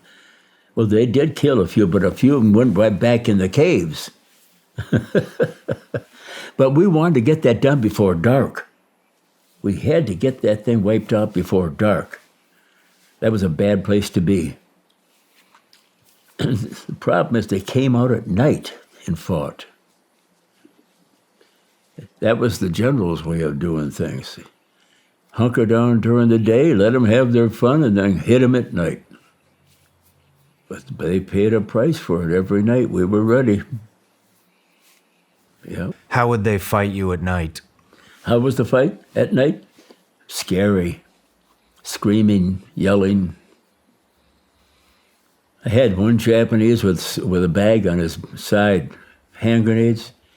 All he was doing was, he was drunk around sake. They had sake in the caves like crazy. They let them drink. I mean, anything to keep going, And they had drugs. And, I mean, talking and mumbling to himself. One came at us with that bag of hand grenades, started throwing them. One lobbed down in the hole. And normally, if you grab it, you can throw it back at him. But there's no way in the world we could get that hand grenade. I picked it, tossed it up. It hit the top of the bank and rolled back in. I said, "Out!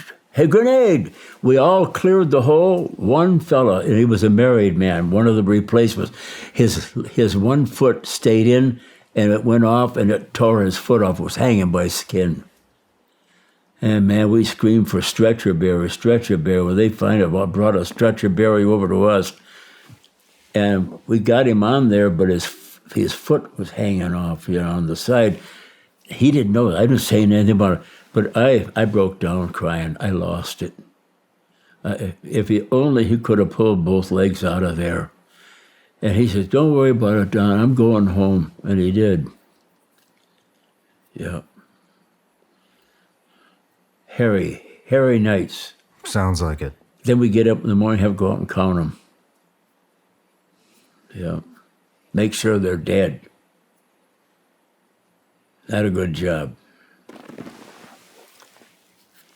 And they were just like us, young teenagers, 20s, young ones. Only young men can fight wars. We learned that. Older men cannot fight wars. Their mind's different. We were brainwashed. For good. Got us home. Got us killed. Yeah. That's war. And you've got to be trained to go in. You have to be trained. What did it feel like to engage the enemy for the first time? First time in combat? Yeah. A lot of screaming. Screaming and yelling. On both sides.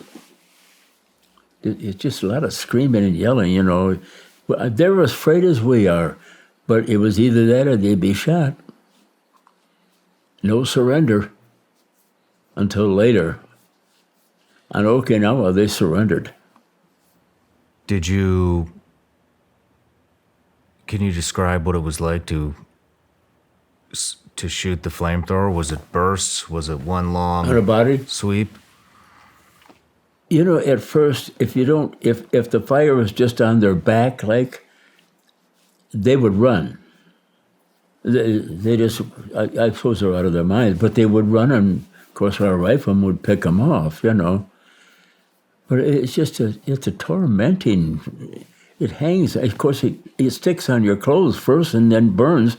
Well, then it's coming. It's going right through the clothes in your body, in their face. Oh, some surrendered had faces burned. Oh, some of their bodies, and they didn't wear. It was hot on there during the day, and they wear these little briefs, or I call them diapers. There's a word for it, but I don't know what it was. I call them diapers, and they would be coming out, running out of the caves with those diapers. It was hot in those, it was smelly, terrible in those caves. Lice, they were full of. We had to spray them prisoners.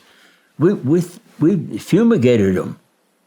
It was terrible. Sprayed them, or it was spread like wildfire. Put them in a compound. Never touched them. When you would shoot somebody with a flamethrower, how long would they be on fire? Pardon?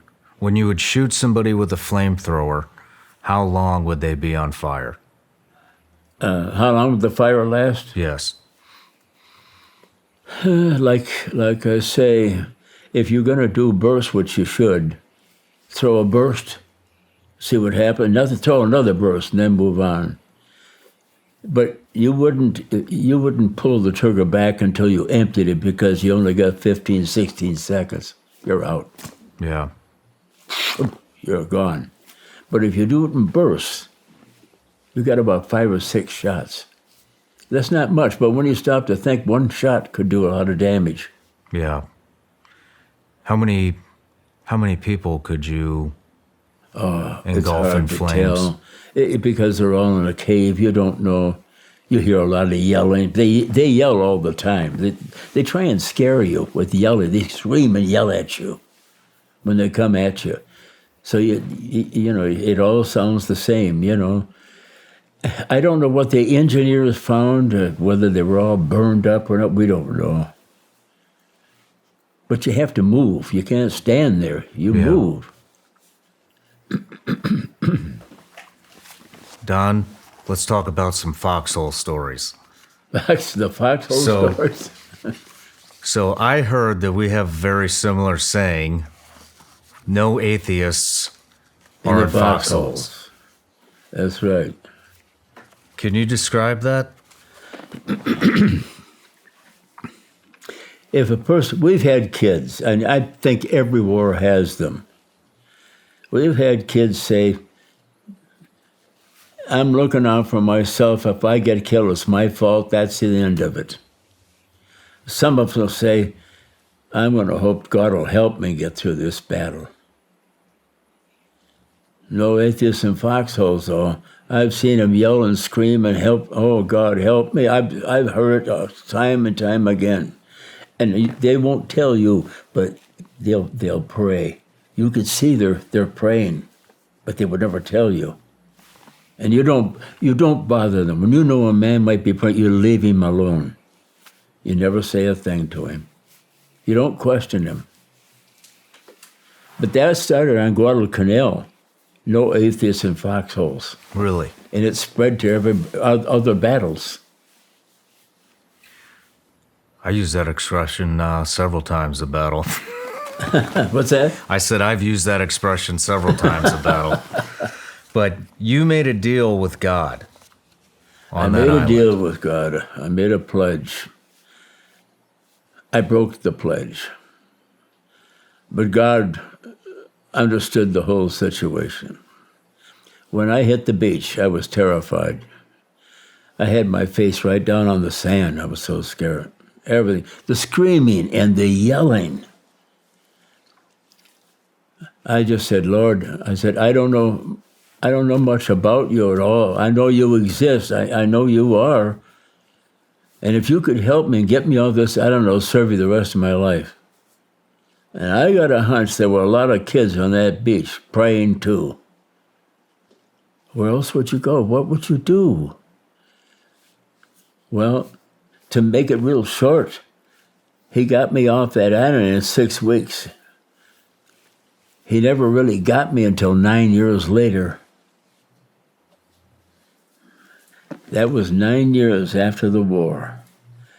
I had something happen to me that I felt so ashamed. We were on the north end. We had about 2 weeks to go. They finally pulled a big bonsai on us.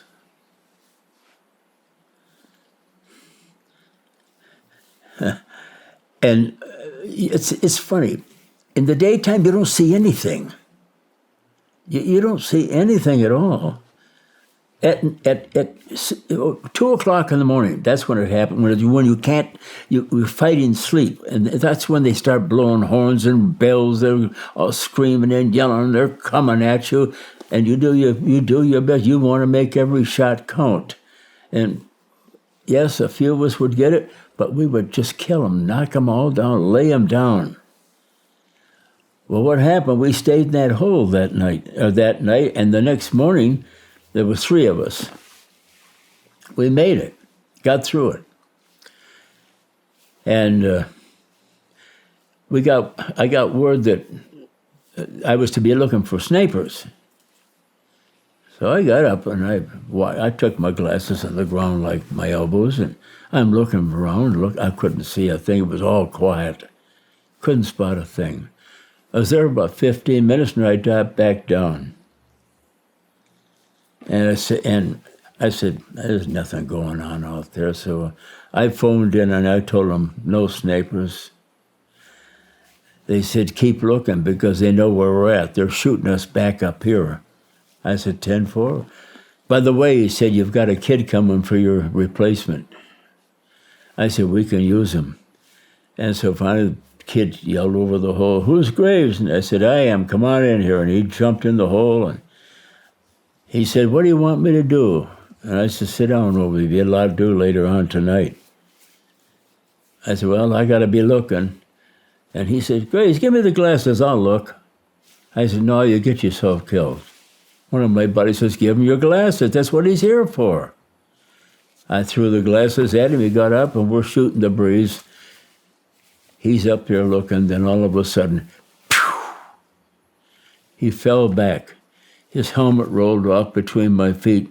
When it stopped, I looked down in the helmet. I was shocked. All 3 of us, we were just stunned. We didn't expect that.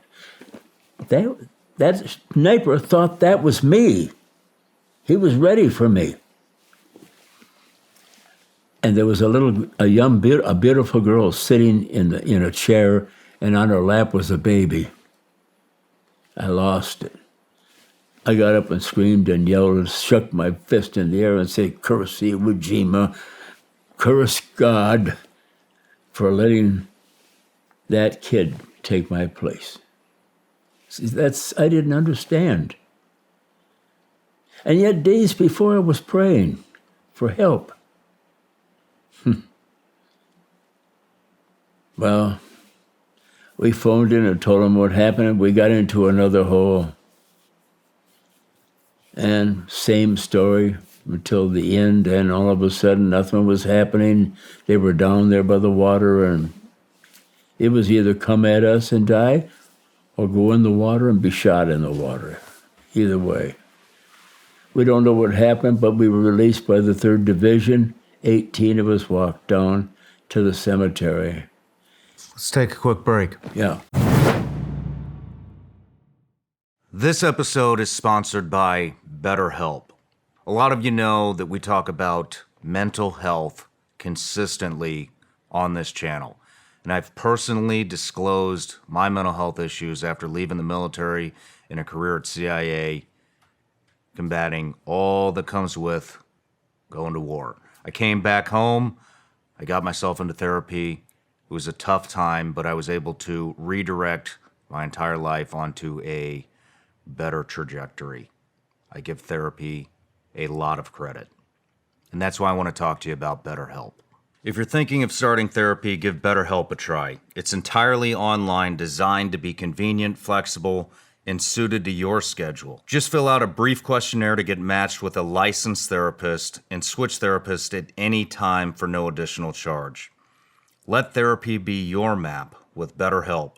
Visit betterhelp.com/Shawn today to get 10% off your first month. That's BetterHelp, HELP.com/Shawn. I want to give a big thank you out right now to all the Vigilance Elite patrons out there that are watching the show right now. Just want to say thank you guys. You are our top supporters and you're what makes this show actually happen. If you're not on Vigilance Elite Patreon, I want to tell you a little bit about what's going on in there. So, we do a little bit of everything. There's plenty of behind-the-scenes content from the actual Shawn Ryan show. On top of that, basically what I do is I take a lot of the questions that I get from you guys, or the patrons, and then I turn them into videos. So we get, right now, there's a lot of concern about self-defense, home defense, crimes on the rise, all throughout the country, actually all throughout the world. And so we talk about everything from how to prep your home, how to clear your home, how to get familiar with a firearm, both rifle and pistol, for beginners and advanced. We talk about mindset, we talk about defensive driving. We have an end of the month live chat that I'm on at the end of every month where we can talk about whatever topics you guys have. It's actually done on Zoom. You might enjoy it, check it out. And if Zoom's not your thing, or you don't like live chats, like I said, there's a library of well over 100 videos on where to start with prepping, all the firearm stuff, pretty much anything you can think of, it's on there. So anyways, go to www.patreon.com/vigilanceelite, or just go in the link in the description. It'll take you right there. And if you don't want to, and you just want to continue to watch the show, that's fine too. I appreciate it either way. Love you all. Let's get back to the show. Thank you. All right, Don, so we're going to start to wrap up your time in Iwo Jima. And I just got a couple of stories that I heard you talk about last night at dinner that I'd like to expound upon. But let's talk about making hot chocolate in foxholes. Hot chocolate. Everybody, if I'm speaking eventually, someone is going to say, Don, do you have any interesting stories? And some say, tell the hot chocolate. I don't like the hot chocolate, but I'll do it. We're sitting, waiting, nothing happening all day. I said, I feel like hot chocolate. And the other two guys says, well, make enough for three of us. So we have ration bar, chocolate bars when they drop off rations, you know. And we dice up that D bar. Did you ever see one? A D bar? I haven't. Chocolate? It was a combat bar, bittersweet. And I've chopped it all up, we got our canteen water in there. I made a pretty good batch. I lit some demolition underneath, beautiful, nice blue fire. And we sat and shot in the breeze, watching, keeping our eyes open, looking around. And all of a sudden, you could smell it. It smelled good. Then all of a sudden, I heard a voice, Hey, Marine, very good chocolatto. You bring chocolatto here. I said, if you want chocolate, you come and get it. Oh, no, you bring here. Did they come and get some? Then the guys down the line be laughing. Then they'd say, well, send it down to us. To heck with him. I'd get your own darn chocolate bar out. Don, how long did it take you to fill up or to heat up a glass of hot chocolate being a flamethrower? It took about 20 minutes to a half hour. Okay. All right. So we're getting close towards the end of the battle here. And there is a famous photograph of some Marines lifting a flag up on Iwo Jima. Yeah. Can you go into that a little bit? That flag going up, that was never in the program. That was never planned out. Not as far as we were concerned on the island. We didn't know about putting the flag up. It just was never discussed. What happened was my battalion commander, Chandler Johnson, aboard ship on a transport going to Saipan, from Hawaii, he stayed up with the skipper of the ship. And when we were getting ready to embark, why, he said, Colonel, he said, take this flag, he said, and see if you can get someone to put it up for me. I'd like to see that flag go up, wherever you can put it up.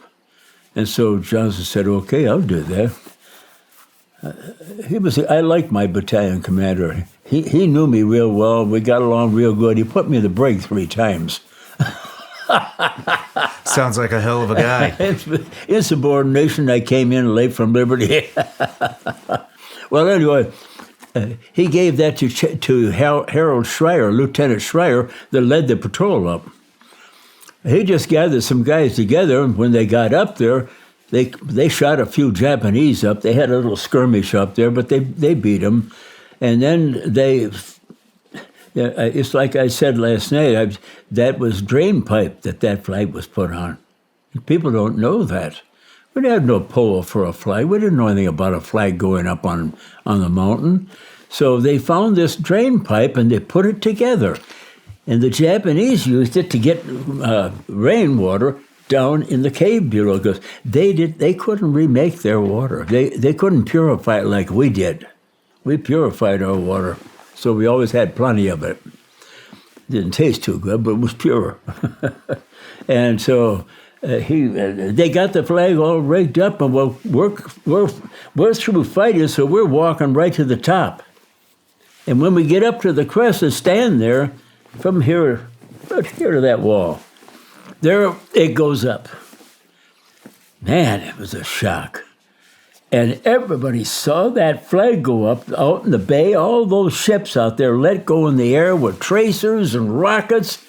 And our boys that were on the north fighting with the airstrip while we're doing Suribachi, they started opening up with tracers. It was just like a spectacle.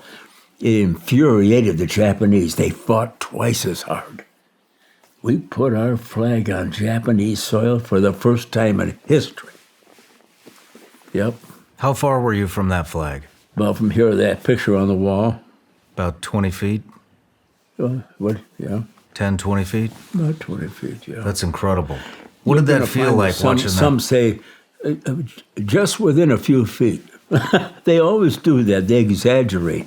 Yeah. No, I'd say about that distance right there. What was the conversation like as the flag was going up? Nothing, quiet. Dead silence. They just backed off like this. Well, if you've seen the picture, you'll see when they raise it, well, they're going like this. But it was a shock to all of us. But boy, when it went up and waved, oh gosh, it was a glorious looking sight. It was. We conquered that island. Cost. I went up 8 years later. I went up there. We rode up this time. Around the back, they got a road put up. And we stood there. There's 2 flagpoles. Beautiful poles. Bronze top. On the first pole is a Japanese flag. On this pole is the ball. No flag. We looked at that. I think there were 2 or 3 of us that fought up there. And we said, this makes me sick. And the gal that brought us said, fellas, not to worry. She got under a big duffel bag and pulled out a flag that was about 5 or 6 feet long. We opened that flag up and held it up, and everybody photographers took pictures of it. We put the flag back up there. Good. That was the end of that. Did that signify the end of that battle? Pardon? When the flag went up the first time. Then it was over. It was over on Suribachi. Well, not. It was over on the mountain. That was the finish of the mountain. We still had the north to go. Yeah. Just a couple more things. I heard a story about you singing "God Bless America." Yeah. And the Japanese wanted you to sing it again. We were it was on the north end again. And we were sitting in the hole. They said, Graves, give us a song. And I said, oh, you know, I'm going to do something I bet you guys forget about. And I said, what's that? God Bless America? No, we heard that, so sing it. So I sang it. And when I got done, there again I heard a voice saying, Grave, you America, Marine, very good sing. You sing again. And I said, no more singing. He said, okay. Because we were afraid they might want to sink in where we were at by singing. Mm-hmm. So You I didn't repeat it. You didn't want to give up your location. No, not a bit. One last thing. Your skipper, Richard Allen, was wounded, bleeding. He got shot, correct? What's that? Your skipper, Richard Allen. Yes, sir. My skipper, yeah. He was shot. Yeah, going towards Suribachi. Was this at the very beginning? Yeah, the very beginning. As soon as we got off the beach, Captain Allen was an energetic paratrooper. They broke him up, couldn't use him. And he came my company commander. But he waved his arms.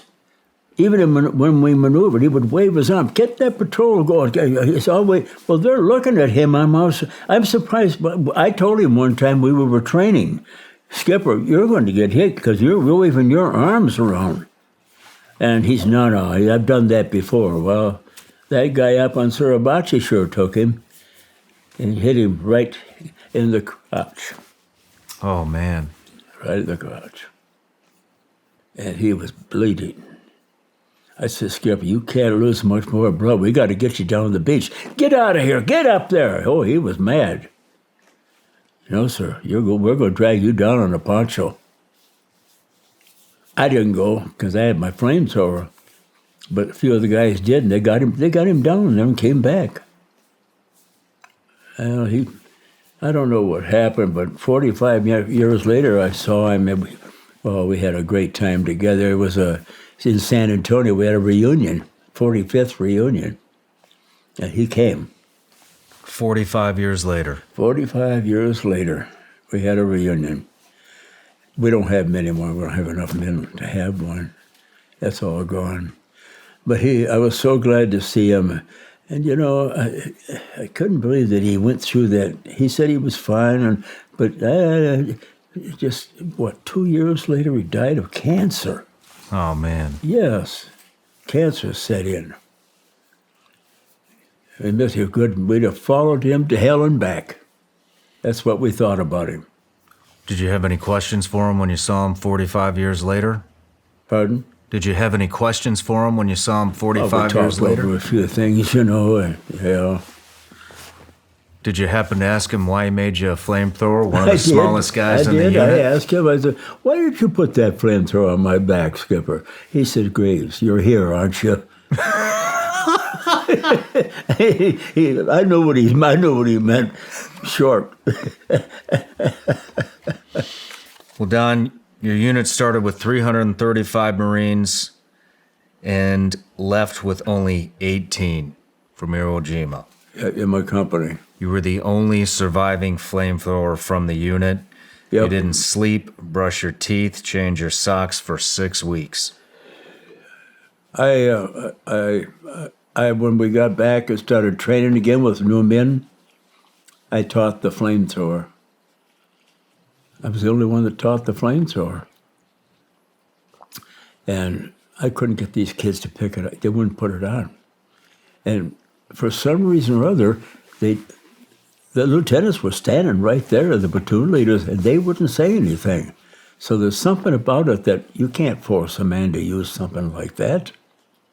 He has to want to do it. Because they banded that, you know. They called that gas, same as gas in that. Yeah, I know they did. Banded, you know. In fact, I was actually going to bring that up in the interview. Do you know what they would do to a guy like me if I used a flamethrower in combat today? I'd probably be in prison. Mm. Yeah. It's crazy how things have changed, Yeah. isn't it? But you have a quote As the greatest generation, we fought that battle so Americans would not be speaking German and Japanese today. And that's your Absolutely. quote. You bet. We said that too. We won't be running around kids having Japanese language. We're Americans. So what was it like? You left Iwo Jima, you come back home to the U.S. Wasn't the same. It wasn't. It's never the same.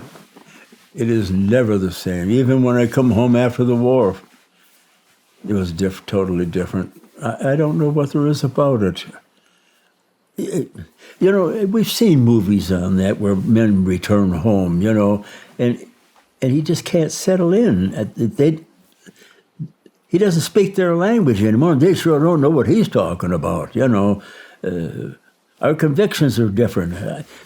I think that we were affected by... we were brainwashed. And that's what you have to be if you're going to face the enemy. You get so much training, you know this, that it trains your mind to thinking. You yield to him. That's the way it is. Kill or be killed. Do everything you can to kill him, or he'll kill you.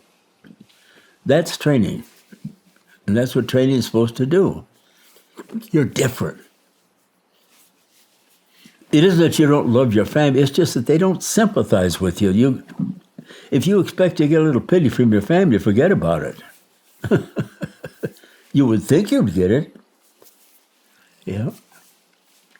Well, the war is over. Everybody's going back to work now. They're getting rid of war assembly. Did that bother you? Not really. No, not really. Well, Don, a lot of veterans today have problems readjusting back into civilian life.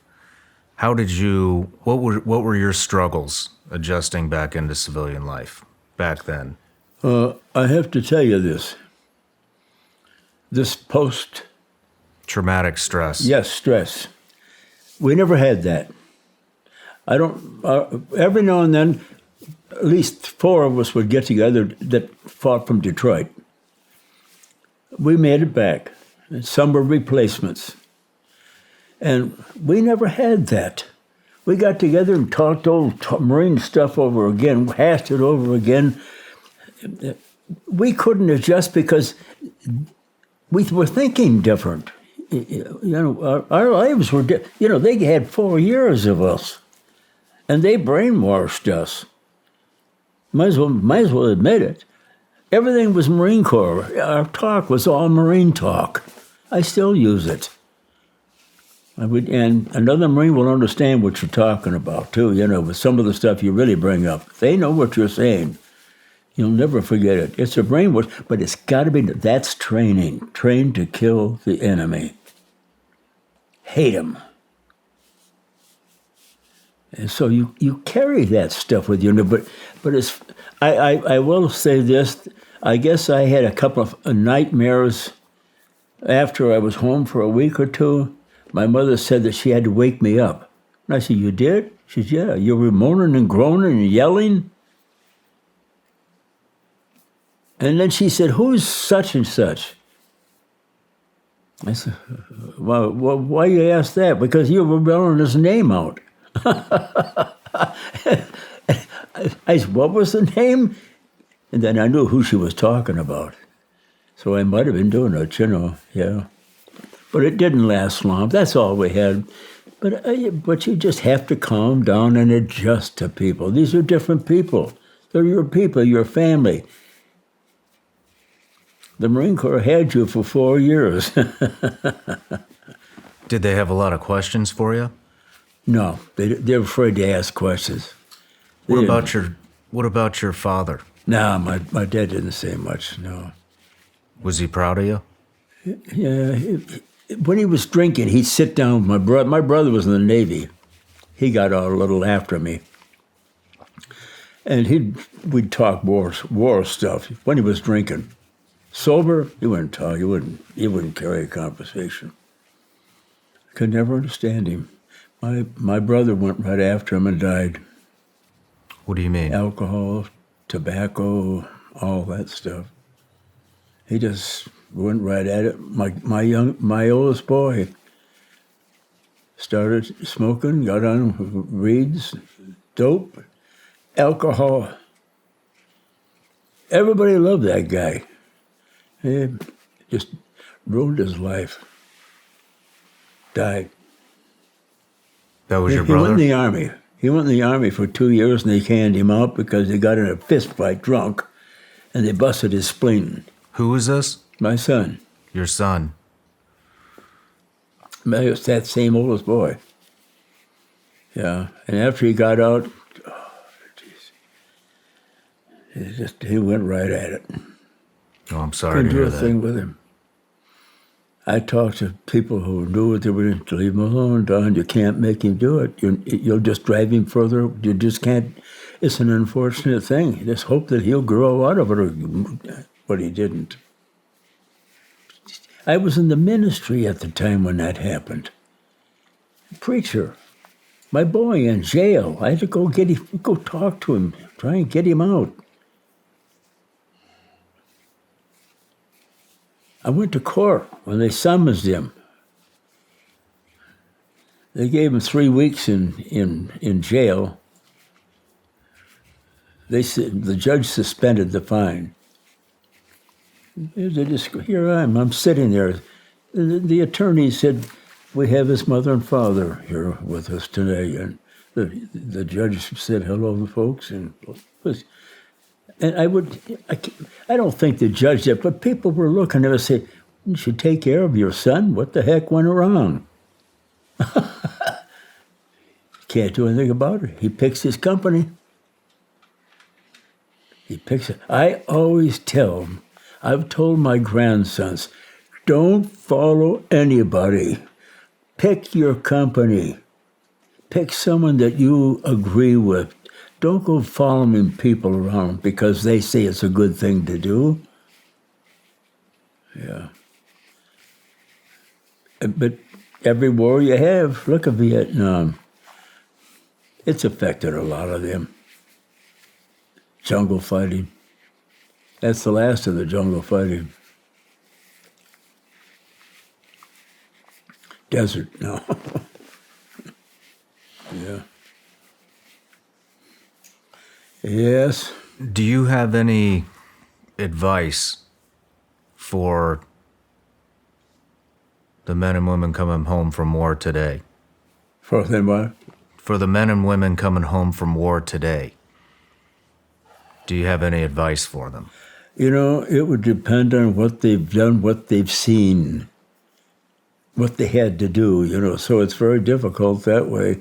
And that fighting today is not the way we fought. And I've talked to these kids, I speak to them every now and then. They had no incentive to fight. They knew, what are we doing? They'll still fight when we leave here. I mean, it's been going on for 2,000 years, for heaven's sakes. Just read the Old Testament. Arabs, Arabian countries, trying to take one tribe over another. They don't get along. They never will. So it depends on what kind of a battle. No, China. I'll tell you, the next war is with China. I can tell you right out flat right now, and something's going to happen. We might wake up some morning and find out what's going on, because I know he's going to try something with that Navy. They're bragging about that Navy and that Air Force. They don't have much of an Air Force. We've got an Air Force. We got a good one. I've got a Major General. He's a buddy of mine, and he's a crackerjack. He said, "Don, I can't tell you too much, but I will tell you this. We have got the Air Force." Well, that's good to hear. So what did you do when you got home from war? Pardon? What did you do when you got home from war? From the war? Yeah. Well, you have a few bucks, you know. Michigan gave every veteran returning home a $750 check. I went and bought a car. What kind of Only car? cost me twice as much. $1,475 for a 1941 Club Coupe Ford, which sold for $750. Brand new. They had us, boy, they stuck it to us. I'm telling you. We all went on and bought cars. We paid right through the nose. When did you start the ministry? That happened, let's see. Well, I can tell you, it was May 15th, 1954. I was at a Billy Graham meeting. And I was converted there, my wife and I. And then I got back, when we got back home and got settled in again, I met 5 men from the Gideons International. And they wanted me to become a Gideon, and I did. I became the state chaplain for Wisconsin. Really? For a couple of years, yeah. But after that, well, I really wanted to get into Bible teaching, so I had an opportunity to take a church. And I had 5 churches, and 5 churches, and I spent 29 years in the ministry, 32 doing Christian work. Wow. I still speak in churches. 2 weeks ago, I had one. Yeah. What do you speak about? I speak about the Bible. I teach the Bible.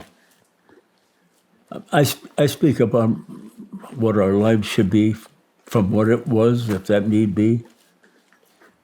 Do you have a favorite verse? Huh? Do you have a favorite verse? Absolutely. Nahum 1:7. The Lord is good, a stronghold in the day of trouble, and he knoweth them that trust in him. He knew what I was doing. All those 9 years, then he said to me, it's time. And I went through all of that. God is patient. One day with the Lord is as 1,000 years, and 1,000 years as one day. He doesn't care. He doesn't have a clock. We have the clock. Did you struggle with alcohol at all when you got home? I never struggled with it, but I knew that the first time I got in alcohol, it was before I was a Christian. I know, not really. I was a party drinker. I'm still a party drinker. I don't drink. Two drinks is mine. It depends on who you're with. I may go to a third one, but 2 is that's my limit. I know what it can do. I've been there. I've seen my family. I've seen my sons. I've seen my aunt and uncles. So, I mean, when her and I go to meetings and that or something, every now and then we'll have she likes wine. I like a highball. We'll have 2 drinks apiece and bingo. That's it. Where did you meet your wife? Huh? Where did you meet your wife? It was funny. My buddy we grew up together, Alan Wells. He went off to seagoing Marine, aboard a battleship, South Dakota. He was on that during the war. And I didn't know Chuck, my wife's brother. He was a friend of Alan, but I didn't know him. But after the war, all of us, all 3 were in the Corps. For some reason or other, her brother was dismissed from the Marine Corps. I don't know why. I never did find out. He never talked about it. And so he had gone through boot camp and spent a few months in regular service, and something happened. I don't know what it was. I never did find out. But Alan, he went through the war. He went through the last 2.5 years of the war. Both of them were younger than me. And so Chuck and I used to go out, and we'd go out on Saturday night, go to dances or roller skate. We'd do all that stuff together. He never told me he had a sister. So one day he said, come on with me. I got to go home and change clothes. So I went with him, and he had the car, and I sat in the front room, and in comes this girl. was 17 at the time. She come home from work, quit school. And I looked at her, and she looked at me, and all of a sudden she started rolling her eyes at me. She always did that, tried to get me, talk me into things, you know how women are.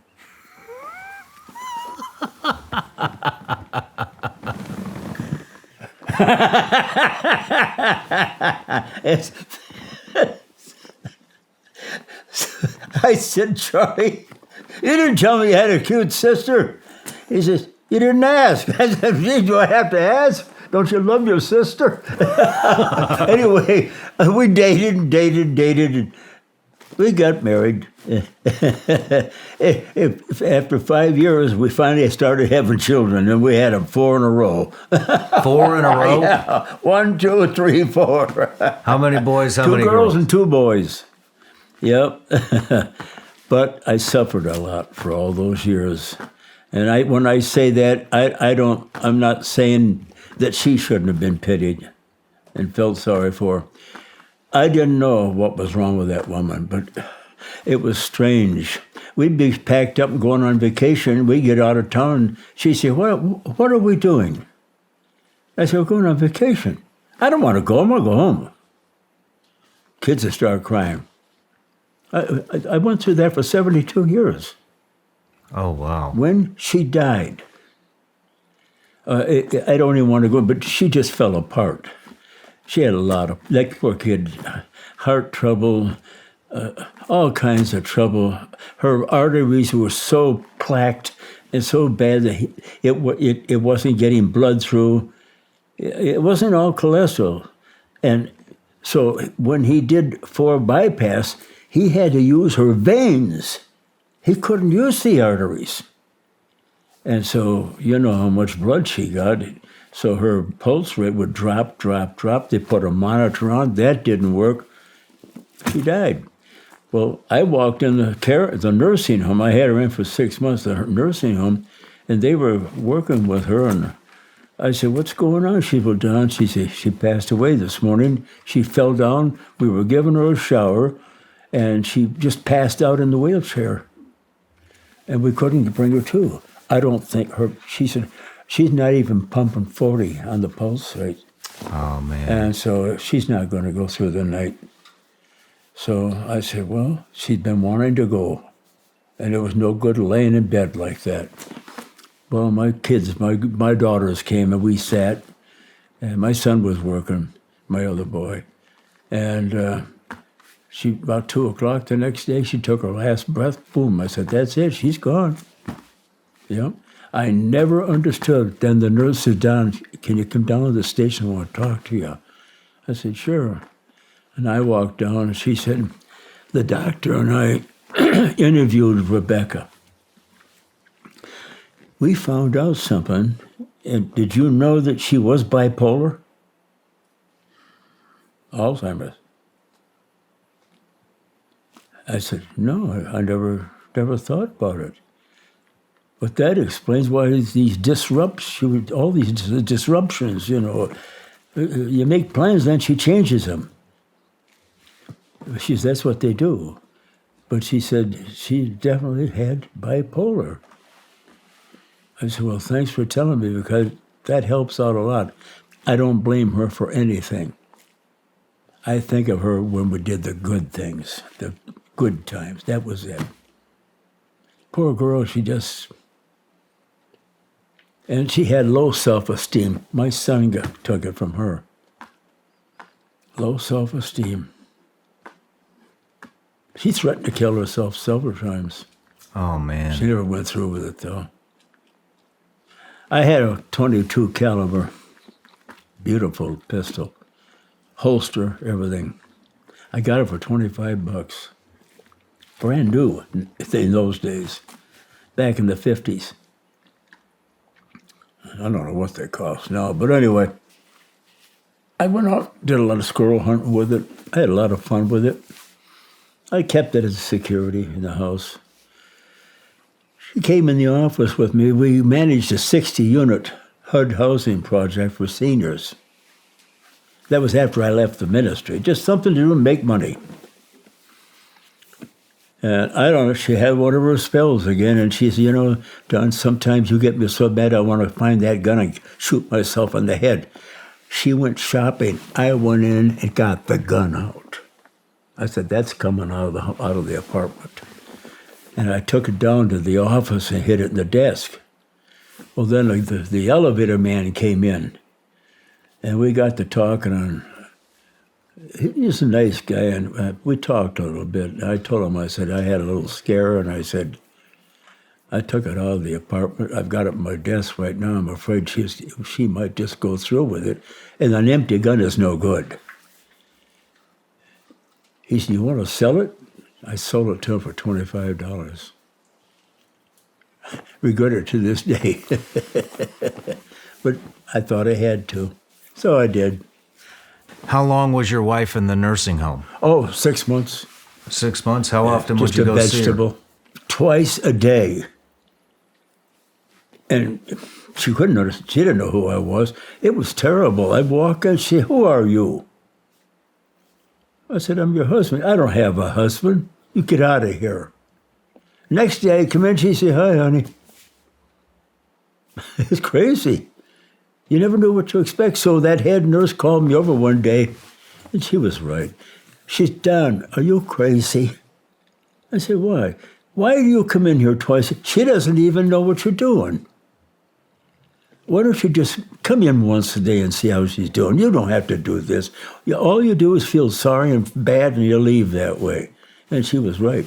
I developed high blood pressure. I've never had high blood pressure my entire life. I was sitting and I felt good. They were taking her test, her blood pressure. This is before things were very critical. And I hadn't had a blood test for good over a year. So I said, would you mind taking mine? She said, no, I'd like to. So she took my blood pressure. And when she looked at it, she looked up at me and says, you need a doctor now. You're over 200. You need a doctor. Go now. I said, but Saturday, they're not open. Go to the emergency. I went to the emergency, told them what I wanted, and then they sat me around for a while. Finally, they called me in. The doctor said, what's the problem? I told him, he said, what do you think, Scott? He said, did you ever have high? I said, I've never had high blood pressure, never. He said, what do you think might have done that? And I told him about my wife. He said, that'll do it. Lay down. We'll get that down. And they got it down. Put me on Lisinopril, one of the first little pink ones. It keeps it checked. So I've been on them ever since. But the VA puts you on blood pressure when you're about 70. They put you on blood pressure pills. You ask them why, and they'll say keeps you from having a stroke. So I'm still on them. Blood pressure's beautiful. I have a good blood report. This is the only problem right there, my legs. That's the only problem I have. Let's talk about the ministry a little bit. Is that the first thing that you did after war that you really liked to do? Say that over again. What? Let's talk about your ministry real quick. You did ministry? 29 years of ministry with your wife. Yeah. And 5 churches you opened, correct? Pardon? You opened 5 churches. I served 5 churches, yes, but I had 7 years in the Gospel Rescue Mission in Tucson, Arizona. I taught, was their pastor and that. I just kept working, Did you enjoy that a lot? I loved it. Yeah. I really did. I don't have a home church in Texas because they're all mega churches, big, mega. There are some Bible churches, but it's not my style. It's not what we did. What's different today? They have entertainment. You want entertainment? Go to church. I'm talking about Bible churches. You'll get all the entertainment you want. Singing, kids are up there in their knees sticking out of their overalls, and they're just drumming away on the guitars and everything, having a lot of fun. The girls will gyrate with a microphone in their hand. don't want that. That's not what we're there for. We're there to learn the Bible, witness to people. That's what it should be for. You want to be entertained? Go to a theater. That's the way I feel. Do you still do it? I still do it. Yep, whenever I can. I was asked to come to a Bible church up in Madison, just a town north of me. And we had a banquet there. They had a family get-together. So I spoke, sang. I had a good time. Yeah. I still like to be with the people of God, you know. I love the Lord. I'm not perfect, but then I'm so happy the Bible says, none perfect, no, not one. All have come short of the glory of God. Some people think they're good. They're no good. No anybody else. All have sinned and come short of the glory of God. I got to tell you a cute one. I had a man in my church, my first church. We became good friends. And he and his wife, they had 4 daughters. And girls will be girls just like boys will be boys. So we had to go away for a weekend, and his wife said, let her stay with my girls. They'll enjoy one another, and go ahead and go. So I did. When we came back, somehow this came up. I said, well, Charles told me that he and his wife never have a crossword. And she said, Daddy, that's not true. I was there. They fought. I never told him I knew. I said, no, wait a minute. What do you mean fought? Well, they were arguing. He told me they never had a crossword. He's a liar. That means he's not perfect. Yeah. Well, Don, we had a lot of conversations last night at dinner, and about the direction the country's going. When? Last night, you mean? Yeah. Last night we had a lot of conversations about the direction of the country. You don't seem to approve where we're headed. Howden? You don't seem to approve where our country's headed. We're nowhere. We're nowhere. The people are nowhere. We're not together. We're in a mess. Where did you... We have poor leadership. And those that say they're not that way are following along anyway to keep them arguing. Where did you see the country change? When? When did I see it change? When did it start? For the worse. I think that I saw this happen, say, around the 60s. Right in around the 60s. 50s were still good. 50s were pretty good. Billy Graham was going hot and heavy with his evangelism. But something happened. We started sticking our nose in everybody else's business and killing our boys. Vietnam, you name them all. Afghanistan, stay the heck up. We don't belong in that place. The Arabs will never get along with anybody. All they've ever did was throughout their generation was fight, fight, fight. They fought Israel, and God saved Israel. It's not going to stop. It's just bad. We've got a man that sympathizes with all sorts of things that we would not agree with. He's the president, for crying out loud. He doesn't care. He blames Trump for everything that's going on now. He's an imbecile. Something's wrong with his head. That man is sick, and they should not let him remain president. Democratic Party, if they were any kind of a decent, like it used to be, a good working man's party, then they would have said, you need a hospital, you cannot be president anymore. That's it. They don't care. They don't love America anymore. They don't love America. Now, the Republicans say they do, but they're cowards. 2 or 3 of them have done their best to speak up. They gave up and they're not saying a word now. What do you think it's going to take to fix the country? To fix the country? Probably another battle, What kind of battle? another war. Air, Navy with China. Do you think that'll bring people together? You know, it depends just how the war goes. It just depends on how the war goes. We're a strange kind of people. We're free people. All we got to do is see other countries, travel around the world. Even though we have a bunch of culprits leading the country, we're still free. By gosh, I'm telling you right now, we are losing our democracy. We've lost being a republic. That's gone. We used to tell the government because we paid them. Now they tell us and we still pay them.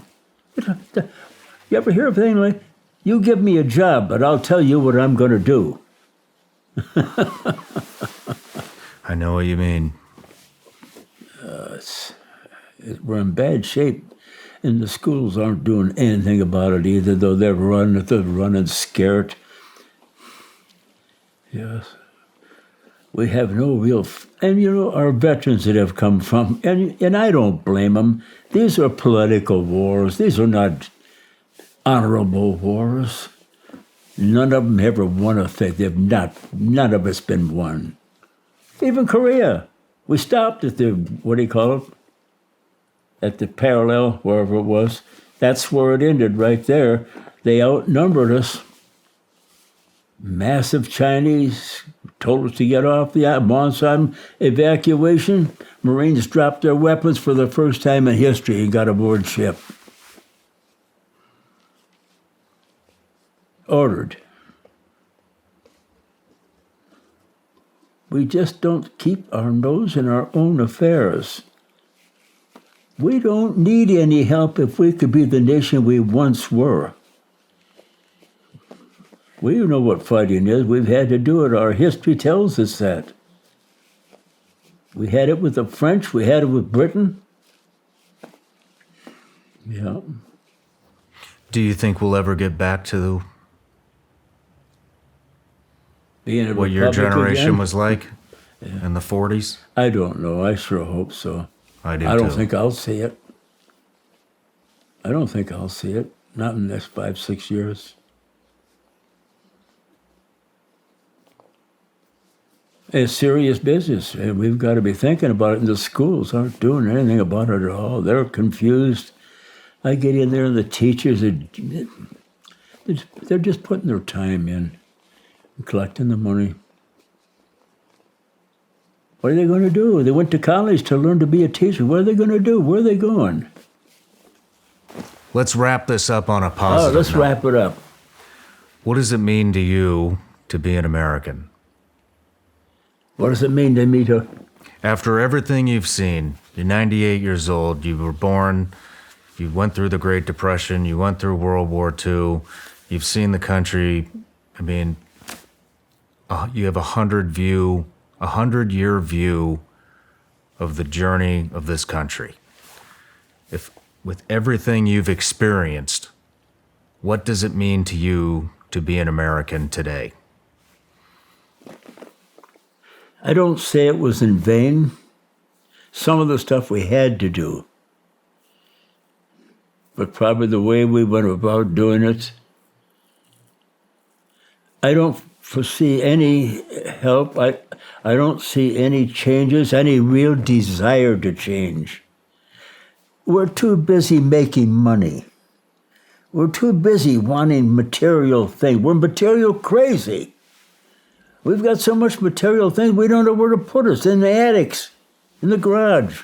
Look at the garage. You go down our street where I live, garages are open. When they open them up, the car sits outside in the weather. The walls touching the stuff that's in the garage. And they're still getting more. Do you know that people... I drove a school bus before I came this way.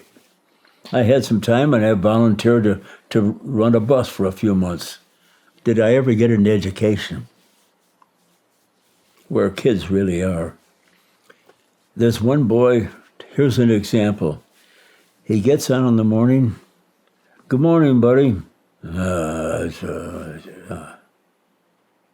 Okay. I drive on. Evening, school's over. So long, pal. Out he goes. Goes to the mailbox and gets the mail out. Reaches up above the door and grabs a key and goes in the house. What does he do when he gets in that house? There's nobody there. What does he do? Who knows? Can you understand why there's suicide with teenagers today? Because Ma's not there. She isn't at home anymore. Don't worry about it, kids. You go to McDonald's. We'll go out for dinner Saturday. I go to a restaurant Saturday and Sunday. That place is packed. School out in the summertime, they have credit cards. High school kids, they use credit cards in that restaurant.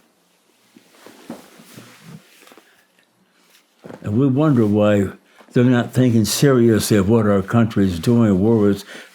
Let it go on by. We're doing all right. As long as they leave us alone, just leave us. That's it. People don't like us. They believe we're greedy, conceited people.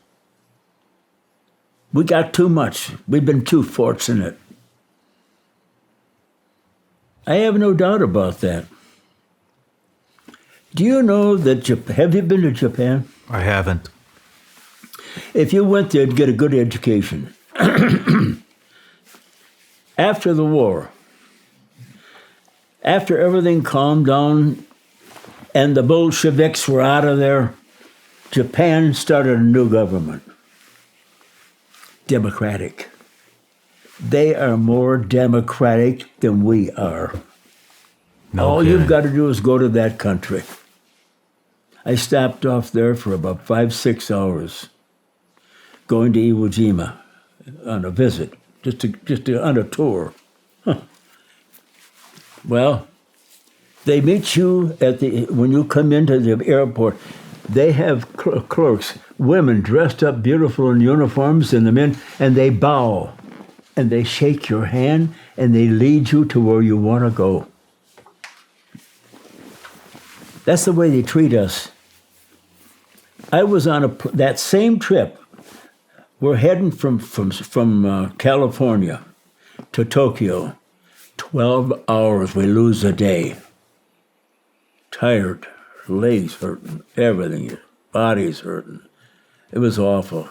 Cramped in, loaded with families. It was break time in March. Japan here, Americans there, back and forth. There was a family sitting there, right over there. And there was one seat empty. And I wanted to get acquainted with them. I did. So I got up and I had this cap on. I sat down next to the little girl and she smiled at me and I smiled at her. And the mother leaned forward. The father was sleeping. The mother leaned forward like that. She said, "You? Iwo Jima?" I said, "Yes, ma'am." She turned like this and woke her husband up. And he goes, "Oh, what?" Like that. He didn't know what was happening. She said, like that. And he leaned like that over and he looked at me and he said, "You on Iwo Jima?" I said, "Yes, sir." That's what he gave me. Great. We killed 22,000 just on Iwo Jima of their boys. They killed more than us, but I mean, that's what we killed. Why would he have done that? I think he realized that they lied to the people and said they were on a holy war, and they lost their boys on those islands because their own leaders lied to them. Well, the leaders got out and they turned like we were, democratic, and that's what they are now. They're more democratic than we are. No more will the group of people run that country. The people run that country. Do you think we can get back to that? We could have if the people wanted to. It's our country. We pay them their salary. We can fire them if we'll do it. No one will do it. No. If the bullies keep saying, sit down or I'll bounce you on the head, you're going to sit down. Unless you say, well, no, you're not going to bounce me on the head. Yeah. But and I talk to a lot of people. A lot of people don't agree with me.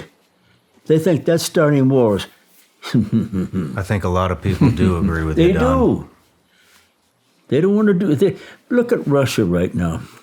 Putin doesn't scare me at all. He's got his hands. He doesn't know what the heck to do now. They're trying to arrest him.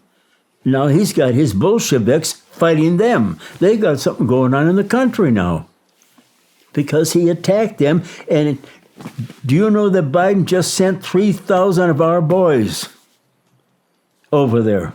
Why?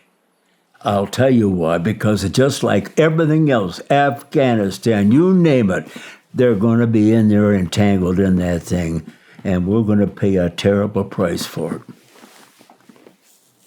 Yeah. I don't know what it's going to take. It's going to take the people. The people will have to run our country again. We have to put in honest, God-fearing men to run our country like we used to have. That's what made us such a great nation. I see that's what you learn and we learned in school. These kids don't know what you're talking about. You don't know what you're talking about. I wish I could have seen those days. I hope my son sees them. We gotta love our country again. Breaks my heart. Me too, Don. Me too.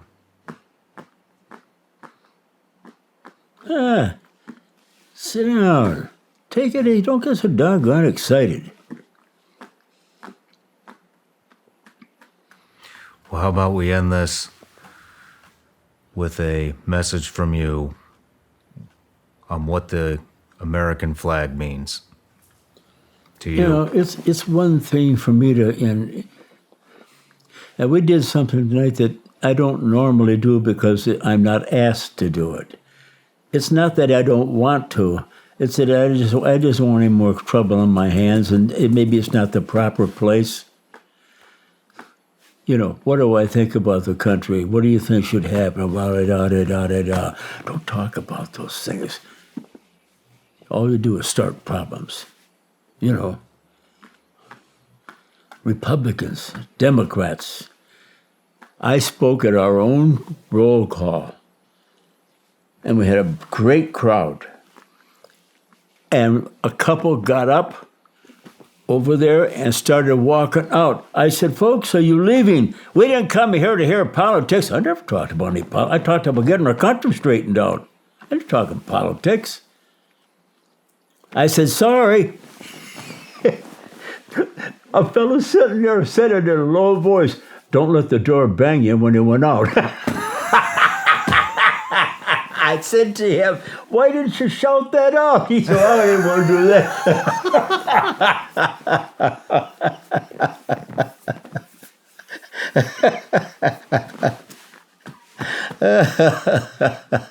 Oh, gosh. Well, all I can do is do what I know I have to do and just wait and see what happens and say, well, God, I did the best I could. Yeah.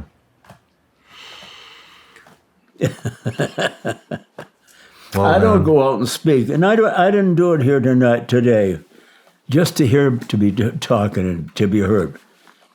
You know, Madsen and I, General Mad Dog Madsen, Madsen. He and I had a lot of good talks. We appeared at a Marine Corps ball, and he was speaker, and I was singer. And because I'm from the old Corps, we were the new Corps, but the old Corps taught us. Now I'm talking to the new Corps. I'm the old Corps.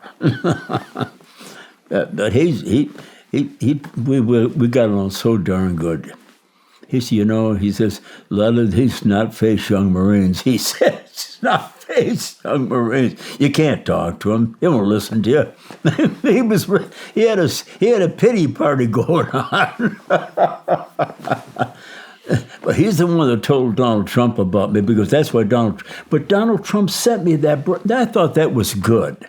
What did he send you? Huh? What did he send you? Did I tell you about it?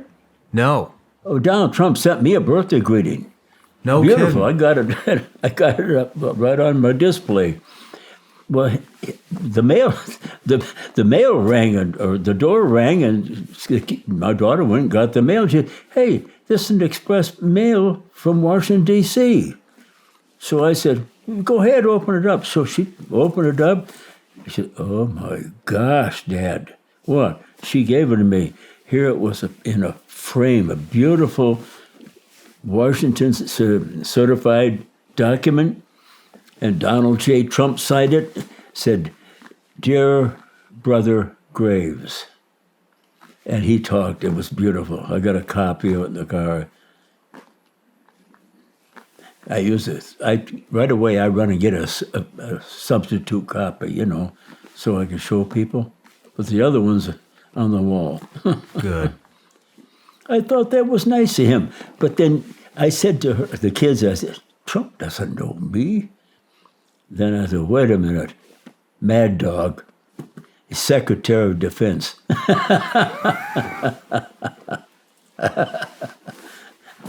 Well done.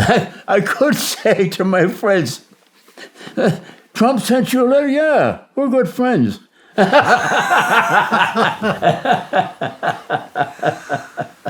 Well, Don, I just want to thank you for coming. Oh, no, thanks for the invitation. Right? Right, Kelly? Are you awake? You were sleeping. You didn't hear me, did you? Not at all, sir. But I just want to say again, it was a real honor to have you sitting here, and there's not a lot of you guys left from the greatest generation that this country's ever seen, the World War II veteran generation. And this just means the world to me. Well, thank you for being here. No, it's my pleasure, and we've enjoyed every bit of it. And I chalk it down as another one of our good meetings. I hope to see you again. Yep. And Don, I know you're a singer. Do you want to end this with a certain song?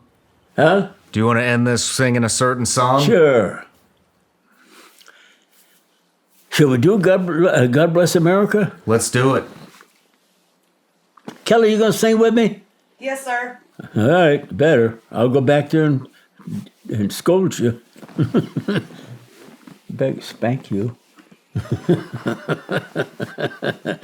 God bless America, land that I love. Stand beside her and guide her through the night with the light from above, from the mountain to the prairie, to the ocean, white with foam. God bless America, my home, sweet home. God bless America, my home, sweet home. I've added some to that when I sing it. No, I just want to do it. America, America, America.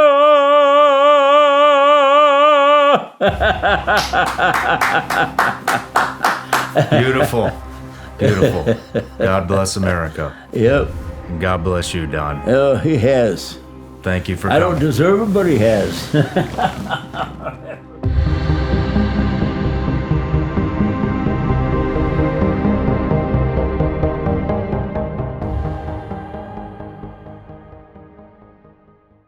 Hey everybody, I'm Shawn Ryan. Click here to subscribe to the Shawn Ryan Show YouTube channel for the hottest and most compelling interviews that you will not see anywhere else. I've also made a playlist of all the previous SRS episodes so they're easy to find. You can find that right here.